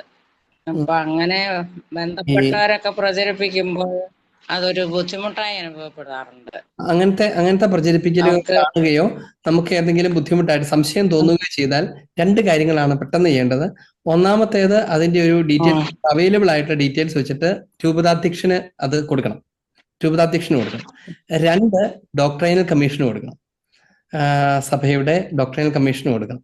ആ കമ്മീഷന് കൊടുക്കണം. അപ്പൊ അവരും പഠിക്കും, പിതാവും ഉറപ്പായിട്ടും പഠിക്കും. അപ്പൊ നമുക്ക് ആ നടക്കുന്ന സ്ഥലത്തെ ആളുടെ പിതാവിനെ അറിയിക്കാൻ പറ്റില്ലെങ്കിൽ നമ്മുടെ പിതാവിന് കൊടുത്താലും മതി, ബാക്കി കാര്യങ്ങൾ അങ്ങനെ നടന്നോളൂ. ഇനി ഡോക്ടർ കമ്മീഷനെ കൊടുക്കാനൊക്കെ ബുദ്ധിമുട്ടുണ്ടെന്നുണ്ടെങ്കിൽ എനിക്ക് അയച്ചു തന്നാൽ ഞാനാണെങ്കിലും കൊടുത്ത് സഹായിക്കാം. അങ്ങനെയും ചെയ്യാൻ പറ്റും. ഇത് നമ്മൾ ചെയ്യണം. അതില്ലെങ്കിൽ എന്നെ പറ്റുമെന്ന് വെച്ചാൽ, നമുക്ക് തോന്നുന്നതിനെ ശരിയെന്നോ നമുക്ക് തോന്നുന്നതിന് തെറ്റെന്നോ, ഇപ്പൊ ചില നമുക്ക് പ്രത്യക്ഷ കാണുന്നതിന് തെറ്റാന്ന് തോന്നിയാലും ചിലപ്പോൾ ശരിയായിരിക്കാം, ചിലപ്പോൾ ശരിയെന്ന് തോന്നിയാലും തെറ്റായിരിക്കാം. അപ്പൊ അതുകൊണ്ട് അതിന്റെ പ്രോപ്പർ വേയിൽ വിട്ടിട്ട് അവരെടുക്കുന്ന കൺക്ലൂഷൻ നമ്മൾ തുറന്ന് ശക്തമായി പറയുന്നതായിരിക്കും ഉചിതം. എന്ന് പറഞ്ഞാൽ ഇപ്പൊ ചിലപ്പം ഒരു നല്ല ആത്മീയ ജീവിതമുള്ള ഒരു സഹോദരിയെ ചിലപ്പോൾ ഒരു മാതൃസംഘത്തിന് അമ്മമാരുടെ ധ്യാനമാണ്. അപ്പം നല്ല ഒരു ഗൈഡൻസ് കൊടുക്കാൻ കഴിവുള്ള ഒരു വിശുദ്ധിയായ ഒരു അമ്മ പ്രഘോഷിക്കുന്നുണ്ട്. അവരെയും കൂടെ കൂട്ടി ഒരു കൗൺസിലിങ്ങിനൊക്കെ ഇരുത്തുകയൊക്കെ ചെയ്യുന്നതിന് കുഴപ്പമില്ല. പക്ഷെ അവർ പബ്ലിക്കായിട്ട് സംസാരിക്കുന്നുണ്ടെങ്കിൽ അവർ എന്ത് സംസാരിക്കുന്നു എന്ന് അത് കൂടെ കൊണ്ടുപോകുന്ന വൈദികൻ അന്വേഷിച്ചറിയാൻ കടമയുണ്ട്. പിന്നെ മാത്രമല്ല, ഒരു അൽമായ സഹോദരനോ സഹോദരിയോ സുവിശേഷ പ്രബോധനം നടത്തുന്നുണ്ടെങ്കിൽ അതിന് രൂപതാധ്യക്ഷന്റെ കയ്യിൽ നിന്ന് കൃത്യമായ അനുവാദം മേടിക്കണം. ഇനി അദ്ദേഹം ഏതൊക്കെ വിഷയങ്ങളാണ് പഠിപ്പിക്കുന്നത് എന്നും പഠിപ്പിക്കുന്നത് എന്താണ് എന്നും അറിഞ്ഞിരിക്കണം. അത് മെത്രാന് നേരിട്ടറിയാൻ പറ്റിയില്ലെങ്കിൽ തിയോളജിയൻസിനെ വെച്ച് അഭിനന്ദ പിതാവ് അവരുടെ ടോക്കുകൾ കേൾക്കണം. കേട്ട ശേഷം മാത്രമേ ആ വിഷയങ്ങൾ പറയാൻ അവർക്ക് അനുവാദം കൊടുക്കാവുള്ളൂ. അല്ലാതെ ഒരാളുടെ അനുവാദം കൊടുക്കുമ്പം ആൾക്ക് എന്തും പറയാമെന്നുള്ള അവസ്ഥ വരാനും പാടില്ല. ഇനി അത് വളരെ ഇപ്പൊ പറഞ്ഞ വളരെ പ്രസക്തമായ കാര്യമാണ്. അങ്ങനത്തെ എന്തെങ്കിലുമൊക്കെ തെറ്റിദ്ധാരണ പരത്തുന്ന കാര്യങ്ങളുണ്ടെങ്കിൽ, സഭയ്ക്ക് ചേർന്നല്ലാത്ത ഉണ്ടെങ്കിൽ ഇമ്മീഡിയറ്റ് ആയിട്ട് ഇടപെടാനുള്ള ക്രൈസ്തവ കത്തോലിക്ക ദൗത്യം നമുക്കുണ്ട്. അതെല്ലാവർക്കും ഉണ്ട്. അത് സഭ ആഗ്രഹിക്കുന്നതാണ്. ഇപ്പൊ ഒരു കല്യാണം നടക്കുമ്പോൾ പോലും വിളിച്ചില്ലേ, എന്താ അതിന്റെ അർത്ഥം? കാന്യക തടസ്സങ്ങൾ ഉണ്ടെങ്കിൽ അറിയിക്കണം എന്നുള്ളത് ഔദാര്യമല്ല, നമ്മുടെ കടമയാണ്. അപ്പൊ സത്യവിശ്വാസത്തെ പ്രഘോഷിക്കുക എന്ന് മാത്രമല്ല, അതിനെ വികലമാക്കുന്ന എവിടെയെങ്കിലുമൊക്കെ നടക്കുന്നുണ്ടെങ്കിൽ അത് അതാത് സമയങ്ങളിൽ കൃത്യമായി അറിയിക്കാൻ. കാരണം നമ്മൾ എല്ലാവരും എല്ലാം അറിയില്ല. ഒരു ചെറിയൊരു പ്രയർ മീറ്റിംഗ് അകത്തോ കുഞ്ഞു കുഞ്ഞു സ്ഥലങ്ങളിലൊക്കെ നടക്കുന്നതൊന്നും പിതാവിന് അറിയാൻ പറ്റില്ല, സഭയ്ക്ക് അറിയാൻ പറ്റില്ല. അപ്പൊ ആരാണോ അറിയുന്നത് അവര് വേണം അതിനെ പ്രഘോഷിക്കാൻ. പിന്നെ പലതും ഈ പ്രൈവറ്റ് റെവലേഷൻസിനെയാണ് നമ്മൾ ഒത്തിരി പ്രാവശ്യം പറഞ്ഞിട്ടില്ല. പ്രൈവറ്റ് റെവലേഷനെ കുറിച്ച്, പ്രൈവറ്റ് റെവലേഷനെ വല്ലാണ്ട് പ്രഘോഷിക്കാനൊന്നും സഭ ആവശ്യപ്പെടുന്നില്ല, അത് ഉചിതവുമല്ല. അപ്പൊ അതിനൊക്കെ അകത്തൊക്കെയുള്ള ഒരു വൈകാരികമായ എലമെന്റ്സിനെയൊക്കെ ഉപയോഗിച്ച് ആളെ കൂട്ടുകയൊക്കെ ചെയ്യുന്നത് തീർത്തും ബാലിശമായ പ്രവൃത്തിയാണ് എന്ന് നമ്മളും അത് ചെയ്യുന്നവരും അറിയണം. അത് പരിധി വിട്ടു പോകുന്നുണ്ടെങ്കിൽ അതിനെ നിയന്ത്രിക്കാനായിട്ട് സഭയ്ക്ക് കടമയുമുണ്ട്, നേതൃത്വത്തിന് കടമയുണ്ട്. അഭിനന്ദ പിതാക്കന്മാർ അത് ശ്രദ്ധാപൂർവം വിവേകത്തോടുകൂടെ പഠനത്തോടുകൂടെ അത് ചെയ്യുകയും ചെയ്യും. അതെ, ഞാൻ ഫാദർ പ്രിൻസ് ആണ്. ഒരു സംശയം ചോദിക്കാനായിട്ടാണ്. അച്ഛൻ ഒരു കുർബാന സ്വീകരണത്തോട് ബന്ധപ്പെട്ട് അച്ഛൻ പറഞ്ഞത്, ഒരു കുർബാന കഴിഞ്ഞിട്ട് വേറെ കുർബാന സ്വീകരിക്കുമ്പോൾ അത് അത്ര യോഗ്യതയോട് കൂടെ ഒരു വീഡിയോ എന്റെ കാര്യം ഇറക്കിയിട്ടുണ്ടായിരുന്നു. അപ്പൊ അതിന്റെ കാര്യം ഈ കുർബാന സ്വീകരണ, അപ്പൊ ചിലരൊക്കെ രാവിലെ 2 കുർബാന 6 മണിക്ക് 7 മണിക്കുള്ള കുർബാന സ്വീകരിക്കുന്നവരുണ്ട്. അങ്ങനെ സ്വീകരിക്കേണ്ട ആവശ്യമില്ലല്ലോ, ഉറപ്പായിട്ട് സ്വീകരിക്കേണ്ട ആവശ്യമില്ല. പിന്നെ ചിലർ രാവിലത്തെയും വൈകുന്നേരം കുർബാന ഉണ്ടെങ്കിൽ ആ രാവിലെയും സ്വീകരിക്കും, വൈകുന്നേരം സ്വീകരിക്കും. അങ്ങനെ ചെയ്യേണ്ട ഒരാവശ്യമില്ല. കാരണം സഭയുടെ നിർദ്ദേശവും പ്രബോധനം എങ്ങനെയാണ്? ഒരു ദിവസത്തെ ഒരു വിശുദ്ധ കുർബാന സ്വീകരണം ഒരു ദിവസത്തെ ആത്മീയ ഭക്ഷണത്തിന്റെ പൂർണ്ണതയ്ക്ക് സഫീഷ്യന്റ് എന്നാണ് എന്ന് വെച്ചാൽ അത് മതിയാകുന്നതാണ്, അത് പൂർണ്ണമാണ്. പൂർണ്ണതമായിരിക്കുന്നതിന്റെ കൂടെ വീണ്ടും പൂർണ്ണമാക്കാൻ ശ്രമിക്കേണ്ട ആവശ്യമില്ല. ഇനി അങ്ങനെ ചെയ്യുന്നുണ്ട്, അതിന്റെ കാരണം എന്തായിരിക്കും? ഒന്നുകിൽ അതിനെന്തെങ്കിലും കുറവുണ്ട് എന്ന് വിചാരിക്കുന്നതുകൊണ്ടാണ്, 2 അമിത സ്നേഹം കൊണ്ടായിരിക്കാം. ചിലപ്പോൾ എനിക്ക് വീണ്ടും ഈശോയെ സ്വീകരിക്കുമ്പോൾ ഒരു ഭയങ്കര സന്തോഷം. അങ്ങനത്തെ ഒരു ഭൗതിക സന്തോഷത്തിന്റെ വിഷയമല്ല ഈശോയെ സ്വീകരിക്കൽ. അതാണ് രണ്ടാമത്തെ കാര്യം. ഇനി സഭ എപ്പോഴാണ് ഇതിനെ കർശനമായി ഇങ്ങനെ പറഞ്ഞതിന്റെ കോണ്ടെക്സ്റ്റ് ആദിമ കാലഘട്ടങ്ങളിലൊക്കെ, പ്രത്യേകിച്ച് ഒരു ആദ്യത്തെ 5-6 നൂറ്റാണ്ടുകൾക്കകത്തൊക്കെ ചില ആളുകൾ ഇങ്ങനെ വിശുദ്ധ കുർബാന മഹത്വത്തെക്കുറിച്ച് മനസ്സിലാക്കിയിട്ട് ഒരു പള്ളിയിൽ കയറി കുർബാന സ്വീകരിക്കും, എന്നിട്ട് ഉടനെ തൊട്ടടുത്ത് തന്നെ വേറെ പള്ളിയുണ്ട്, അവിടെ അങ്ങനെ ഞായറാഴ്ച മുഴുവൻ നടക്കുന്ന ചില ഭക്തരായ മനുഷ്യരുണ്ട്. അതിന്റെ ആവശ്യമില്ല എന്ന് കൃത്യമായി പഠിപ്പിച്ചതാണ്. ഇനി ഒരു റെയർ ഒക്കേഷൻസിൽ ഒരാൾക്ക് 2ാമത് കുർബാന സ്വീകരിക്കാം. എപ്പോഴാണെന്നറിയാമോ? ഒരു പ്രധാനപ്പെട്ട ഒരു ആഘോഷമോ കാര്യമോ ആണെന്ന് വിചാരിച്ചു. ഉദാഹരണത്തിന് രാവിലെ നമ്മൾ കുർബാന കൂടി, പക്ഷെ വൈകുന്നേരം നമുക്കൊരു തിരുനാൾ കുർബാന, ഒരു വലിയ തിരുനാളിൽ പങ്കെടുക്കാനുള്ള അവസരം കിട്ടി, അല്ലെങ്കിൽ ഒരു തിരുപ്പട്ടത്തിൽ പങ്കെടുക്കാനുള്ള ഒരു അവസരം കിട്ടി. അങ്ങനത്തെ അല്ലെങ്കിൽ ആ ആളുടെ തന്നെ എന്താ പറയാ മനസ്സമ്മതം, അങ്ങനെ ഒരു കാര്യം എന്ന് ചോദിച്ചു, അങ്ങനത്തെ ഒരു ജൂബിലി, അങ്ങനെ ഒരു കാര്യം. അപ്പൊ രാവിലെ കുർബാനയ്ക്ക് പോകാൻ പറ്റുമെന്ന് അറിഞ്ഞുകൂടായിരുന്നു. അതുകൊണ്ട് രാവിലെ ഒരു 6 മണിക്ക് ഒരു കുർബാനയ്ക്ക് പോയി പ്രൈവറ്റായിട്ട് കുർബാന കൂടിയിട്ട് വന്നു. ശേഷമാണ് ആ ആളുടെ ജൂബിലി ആഘോഷം നടക്കുമ്പോൾ അപ്പൊ അതിനകത്ത് കുർബാനയോട് കൂടിയാണെന്ന് അപ്പോഴാണ് അറിയണമെന്ന് സങ്കല്പിക്കുക. അപ്പൊ ആ സമയത്ത് ആ ജൂബിലി കുർബാനയിൽ ആൾക്ക് കുർബാന സ്വീകരിക്കാം. അങ്ങനെ ഒരു റെയർ ആയിട്ട് 2ാമത് സ്വീകരിക്കാം, പക്ഷെ 3ാമത് ഒരിക്കലും പറ്റില്ല. അത് 2ാമത്തെ അതുപോലത്തെ സോളമായിട്ടുള്ള സിറ്റുവേഷനിൽ റെയർ ആയിട്ട് മാത്രമാണ് അത് ചെയ്യാൻ അവകാശമുള്ളൂ. അല്ലാതെ അതിന് അങ്ങനത്തെ നിരുത്സാഹപ്പെടുത്തുക തന്നെ വേണം. അല്ലെങ്കിൽ അവര് ആളുകളെ അത് തെറ്റിദ്ധാരണയിലേക്ക് നയിക്കും. അവർക്കും ആളുകൾക്കും തെറ്റിദ്ധാരണയിൽ പോകാലോ. അത് റെഗുലർ മാസത്തിന് രാവിലെയും പിന്നെ വൈകുന്നേരം ഉണ്ട്. അപ്പൊ രാവിലെ തീർച്ചയായിട്ടും നിരുത്സാഹപ്പെടുത്തണം. പറഞ്ഞിട്ട് എന്റെ അടുത്ത് ബഹളം വെച്ച്, അത് ഒരു ലേ പീപ്പിൾ അല്ല, ഒരു സമർപ്പിതയാണ്. അപ്പൊ ഞാൻ തീർച്ചയായിട്ടും അവരെ നിരുത്സാഹപ്പെടുത്തുക തന്നെയാണ്. അവര് പറയുന്നത് ഞങ്ങളുടെ അനുവാദം പറഞ്ഞിട്ടുണ്ട്, കാനഡോയിൽ ഇങ്ങനെ പറഞ്ഞു, കുറെ 917 പറഞ്ഞു. പിന്നെ അതിന്റെ കാര്യങ്ങൾ ഇങ്ങനെ രണ്ടാമത് സ്വീകരിക്കാം എന്ന രീതിയിൽ രണ്ടാമത് സ്വീകരിക്കാന്ന് ചുമ്മാതല്ല പറയുന്നത്, അത് പ്രത്യേക സാഹചര്യത്തിൽ, അതായത് ഒരു റയർ ഒക്കേഷൻ, അത്ര ഗ്രേവ് ആയിട്ടുള്ള ഒരു ഒക്കേഷനിൽ ആ ഒക്കേഷന്റെ പൂർണ്ണതയ്ക്ക് വേണ്ടി സ്വീകരിക്കുന്നതിന് തടസ്സമില്ല എന്ന് മാത്രമേ ഉള്ളൂ, സ്വീകരിക്കണമെന്നുമല്ല. ഈ രണ്ട് കാരണമായിരിക്കും. ഒന്നുകിൽ എന്തോ വിശുദ്ധ കുർബാന ആദ്യം രാവിലെ സ്വീകരിച്ച എന്തോ കുറവ് വന്നു എന്ന് കരുതിക്കൊണ്ടാവാം. രണ്ടാമത് അമിത സ്നേഹം കൊണ്ടുമായിരിക്കും. ഇത് രണ്ടും ആവശ്യമില്ല വിശുദ്ധ കുർബാനയെ കുറിച്ച് എന്നാണ് നമ്മൾ അവരോട് കൃത്യമായി ശക്തമായി തന്നെ പറയുന്നത്. സഭയുടെ നിലപാട് തന്നെയാണ്. പറഞ്ഞിട്ട് അവര് മനസ്സിലാക്കുന്നില്ല. അവരോട് അതായത് രാവിലത്തെ കുർബാന ഉണ്ടാവും, പിന്നെ അല്ലെങ്കിൽ അവരുടെ കോൺവെന്റ് കുർബാന ഉണ്ടാവും, അത് കഴിഞ്ഞിട്ട് പിന്നെ വൈകുന്നേരം പള്ളിയിൽ കുർബാന ഉണ്ടാവില്ല, ആ കുർബാനയ്ക്ക് വരും. പിന്നെ ചിലപ്പോ വെള്ളിയാഴ്ച ഫസ്റ്റ് ഫ്രൈഡേ ആകുമ്പത്തേക്ക് കുട്ടികൾക്ക് സ്കൂളിനോട് ബന്ധപ്പെട്ട് കുർബാന ഉണ്ടാവുമല്ലോ, ആ കുർബാനയ്ക്ക് സ്വീകരിക്കും. കുർബാനയിൽ പങ്കെടുക്കാൻ അവരോട് പറയാം, കുർബാനയിൽ പങ്കെടുക്കാം, പക്ഷെ കുർബാന സ്വീകരണം നടത്തേണ്ട ആവശ്യമില്ല. കുർബാന സ്വീകരണം നടത്തേണ്ട ആവശ്യമില്ല. സ്വീകരണത്തെ കുറിച്ചാണ് അത് ഭയങ്കര ഇഷ്യൂ ഉണ്ടാക്കിയ എന്നോട് ബന്ധപ്പെട്ട്. അത് ക്ലിയർ ആണ്. അതൊരു സംശയം വെക്കേണ്ട ആവശ്യമില്ല, അത് ക്ലിയർ ആണ്. അത് വ്യക്തമാണ്. അച്ഛാ, ഞാൻ എൻ്റെ ഒരു ഫ്രണ്ട് ഫോർവേഡ് ചെയ്തതാണ് ഷെക്കിന ന്യൂസിൽ നിന്ന്. ഷെക്കിന ന്യൂസിന്റെ ഇതില് വത്തിക്കാനിൽ ഇങ്ങനെ ഒരു പ്രശ്നങ്ങളുണ്ടായി.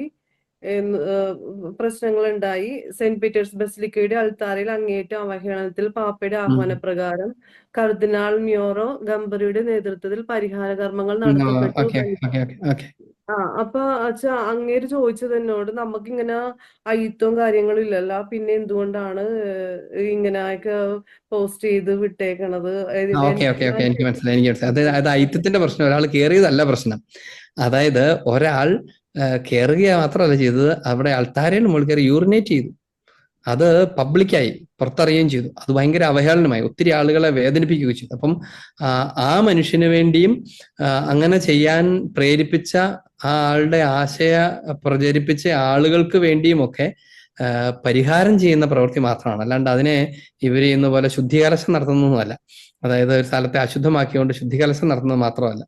അത് കർത്താവിന് വേണ്ടി പ്രതിഷ്ഠിക്കപ്പെട്ട ഇടമാണ്, പരിശുദ്ധ മദ്ബഹായാണ്, സ്വാഭാവികമായത് അതിവിശുദ്ധ സ്ഥലമാണ്.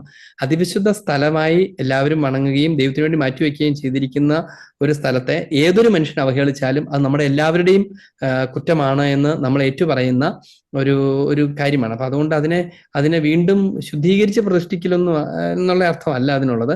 പകരം നമ്മൾ ചെയ്യേണ്ട പരിഹാര പ്രവൃത്തിയുണ്ട് അതിനകത്ത്, പരിഹാര പ്രവൃത്തിയുണ്ട്. അത് മനസ്സിലാക്കുന്നതുകൊണ്ടാണ്. മാത്രമല്ല, അതിനെ ഡെസക്രേറ്റ് ചെയ്യുന്ന സാഹചര്യത്തിൽ വീണ്ടും അതിനെ കോൺസെക്രേറ്റ് ചെയ്യുക എന്നത് കൂദാശകൾ പരികർമ്മം ചെയ്യുന്ന ഒരു ദേവാലയത്തെ സംബന്ധിച്ച് ഉചിതമായ ഒരു കാര്യമാണ്. കോൺസെക്രേറ്റ് ചെയ്യുക എന്ന് പറയുന്ന ഉചിതമായ ഒരു കാര്യമാണ്. എന്ന് വെച്ചാൽ ചെറിയൊരു അവഹേളനം അല്ലല്ലോ അവിടെ നടന്നത്, ലോകം മുഴുവനും കാണുകയൊക്കെ ചെയ്ത അവഹേളനമാണ്. അപ്പൊ അതിനെ ശുദ്ധീകരിക്കുന്നതിനെ കുറ്റം പറയുന്ന ആൾക്കാർക്ക് എന്തോ മനോവൈകല്യം ഉണ്ടെന്ന് മാത്രം നമ്മൾ വിചാരിച്ചാൽ മതി. പരിശുദ്ധ കുർബാനയോട് ബന്ധപ്പെട്ടാണ്. പരിശുദ്ധ കുർബാന വിശ്വാസികൾക്ക് കൊടുക്കുമ്പം ചിലപ്പം അറിയാതെ താഴെ പോകുന്നത് കണ്ടിട്ടുണ്ട്. അപ്പം എന്താണ് നമ്മൾ ചെയ്യേണ്ടത്? ഒന്ന് കണ്ടോണ്ടിരിക്കുന്ന നമ്മളത് എടുക്കരുത്. കുർബാന സ്വീകരിക്കുന്ന വ്യക്തിയും എടുക്കരുത്. അച്ഛൻ തന്നെയാണ് അത് എടുക്കേണ്ടത്. അച്ഛൻ എടുക്കേണ്ടത് എങ്ങനെയാണെന്ന് വെച്ചാൽ അവിടെ മുട്ടുകുത്തുകയും അത് സൂക്ഷ്മതയോടുകൂടെ അത് എടുക്കുകയും എന്നിട്ട് അവിടെ അതിന്റെ തരികളൊന്നും വന്നിട്ടില്ല എന്ന് ഉറപ്പുവരുത്തുകയും എന്നിട്ട് സങ്കീഞ്ഞുകൊണ്ട് അവിടെ തുടയ്ക്കുകയും കഴിയുമെന്നുണ്ടെങ്കിൽ, അധികം പേർക്ക് കുർബാന കൊടുത്തുകൊണ്ടിരിക്കുകയാണ്, അവിടെ ഒരു വിളക്ക് കൊണ്ട് അവിടെ ഒരു ഗ്ലോബ് മെഴുകുതിരി അവിടെ കൊണ്ട് വെക്കുകയും അതിനെ ഒരു ഇതുകൊണ്ട് സങ്കീഞ്ഞുകൊണ്ടോ മറ്റോ ഒന്ന് കവർ ചെയ്ത് മൂടിയിടുകയും ചെയ്ത ശേഷം അച്ഛന് വേണമെങ്കിൽ ആളുകൾ പോയി കഴിഞ്ഞിട്ട് അവിടെ വൈപ്പ് ചെയ്യുകയൊക്കെ ചെയ്യാം. അല്ലെന്നുണ്ടെങ്കിൽ ഇപ്പൊ 2 സ്പീഷീസിലല്ല കൊടുത്തേക്കെന്ന് വിചാരിച്ചു, വീണതേ ഉള്ളൂ, അപ്പൊ തന്നെ എടുക്കാം. ആൾക്ക് കുർബാന സ്വീകരിക്കാവുന്ന ആളുടെ നാവിൽ തൊട്ട ശേഷമാണ് പോയെങ്കിൽ ആൾ സ്വീകരിക്കുക സ്വാഭാവികമായിട്ടും. അങ്ങനെ കൊടുക്കാം. അങ്ങനെ ആദരപൂർവ്വം അതിനെ സാഹചര്യത്തെ ഹ്യൂമൻ എറർ ആണല്ലോ, ഒന്നാമത് ഹ്യൂമൻ എറർ വരാതിരിക്കാനുള്ള ശ്രദ്ധ അച്ഛന്മാർക്കുണ്ടാകണം. ശുശ്രൂഷനെ അടിയിൽ ഒരു താലമൊന്നും പിടിക്കുന്നതിനകത്തൊരു കുഴപ്പമുള്ള കാര്യമൊന്നുമല്ല. അതിനുള്ള സംവിധാനമൊക്കെ നമുക്ക് ധാരാളമായിട്ടുണ്ട്. അത് ചെയ്യണം. അത് ചെയ്യാനായിട്ട് ബുദ്ധിമുട്ടുള്ള സ്ഥലം ഉണ്ടെങ്കിൽ നിങ്ങൾക്ക് തന്നെ പറയാം, അച്ഛാ അങ്ങനെ ചെയ്യാനായിട്ട് ഞങ്ങൾ ഇതൊക്കെ മേടിച്ചു തരാം, ശുശ്രൂഷ പറഞ്ഞേൽപ്പിക്കാം എന്നൊക്കെ പറയാം. അങ്ങനെ ചെയ്യിപ്പിക്കുക എന്നുള്ളതാണ്, പ്രിവെൻഷനാണ് ഏറ്റവും പ്രധാനപ്പെട്ടത്. അങ്ങനെയൊക്കെ ചെയ്താലും ചിലപ്പോൾ ചില ആളുകൾക്ക് അറിയാലോ, നമുക്ക് ചിലപ്പോൾ പ്രായമായ ആളുകൾ ഉണ്ടാവും, അവർ വിറച്ചോണ്ടൊക്കെ ആയിരിക്കും ചെയ്യുന്നത്, അങ്ങനെ വരാം. ചിലപ്പോൾ ഇങ്ങനെ അച്ഛനും ഇങ്ങനെ കൊടുക്കുകയും മേടിക്കുകയും കൂടി ചെയ്യുന്ന ഇടയ്ക്കുള്ള ഗ്യാപ്പിലൂടെ താഴത്തോട്ട് പോകാം. ആ നേരത്തെ ഓൾട്ടർ ബോയ് ഇങ്ങനെ നിൽക്കുന്ന നേരത്തെ അങ്ങനെയൊക്കെ സംഭവിക്കാം. അപ്പൊ അതുകൊണ്ട് സംഭവിക്കാതിരിക്കാൻ നമുക്ക് നോക്കണം. ഒപ്പം സംഭവിച്ചു കഴിഞ്ഞാൽ ഇങ്ങനെ ചെയ്താൽ കർത്താവിനൊന്നും തോന്നത്തില്ല. നമുക്ക് പ്രാർത്ഥിക്കാം. പിതാവിന്റെയും പുത്രന്റെയും പരിശുദ്ധാത്മാവിന്റെയും നാമത്തിൽ ആമേൻ. കർത്താവായ യേശോയെ, അങ്ങയുടെ വലിയ സ്നേഹത്തിനും അങ്ങയുടെ സ്നേഹത്തിൽ ഞങ്ങളെ ഒരുമിച്ച് കൂട്ടുന്നതിനും അങ്ങേക്ക് നന്ദി പറയുന്നു. ഞങ്ങളെപ്പോഴും ഒരുമിച്ചായിരിക്കാനും അങ്ങയുടെ സ്നേഹം സമൃദ്ധമായി അനുഭവിക്കാനും അങ്ങയുടെ പ്രബോധനങ്ങൾ സ്വീകരിക്കാനും അവിടെ ഞങ്ങളെ സഹായിക്കണമേ. അങ്ങയുടെ വചനം ഞങ്ങളുടെ അധരത്തിലും ആത്മാവിലും ഹൃദയത്തിലും തേൻ പോലെ മധുരിക്കാൻ ഇടവരികയും ചെയ്യട്ടെ. പരിശുദ്ധ മാതാവേ അമ്മ, ഞങ്ങൾക്ക് വേണ്ടി നിരന്തരം പ്രാർത്ഥിക്കുകയും ചെയ്യണമേ. അടുത്ത ഡോക്യുമെൻ്റ് ഞങ്ങൾ പഠിക്കാൻ ഞങ്ങൾക്ക് ആവശ്യമായ ദൈവിക ജ്ഞാനം ഞങ്ങൾക്ക് തരണമേ. അത് ഉൾക്കൊള്ളാനും മനസ്സിലാക്കാനോ കഴിയുന്ന കൃപ ഞങ്ങൾക്ക് തരണമേ. ഞങ്ങളുടെ വിശ്വാസത്തെ അവിടുന്ന് വർദ്ധിപ്പിക്കണമേ. ദൈവാരാധനയോട്, പരിശുദ്ധ കുർബാനയോട് വലിയ വിശ്വാസവും ബന്ധവും ഭക്തിയും ആദരവും ഒക്കെ ഉണ്ടാകാനും ആ മേഖലയിലുള്ള ഭിന്നതകളൊക്കെ നീങ്ങിപ്പോകാനും കർത്താവെ അവിടുന്ന് ഞങ്ങളെ സഹായിക്കണമേ. ഞങ്ങളുടെ നിരന്തരമായ പ്രാർത്ഥനകൾ അവിടുന്ന് സ്വീകരിക്കുകയും ചെയ്യണമേ. കർത്താവായ യേശു നമ്മെ ആശീർവദിക്കുകയും അനുഗ്രഹിക്കുകയും ചെയ്യട്ടെ, ഇപ്പോഴും എപ്പോഴും എന്നേക്കും. ആമേൻ. യേശുമിശിഹായ്ക്ക് സ്തുതിയായിരിക്കട്ടെ.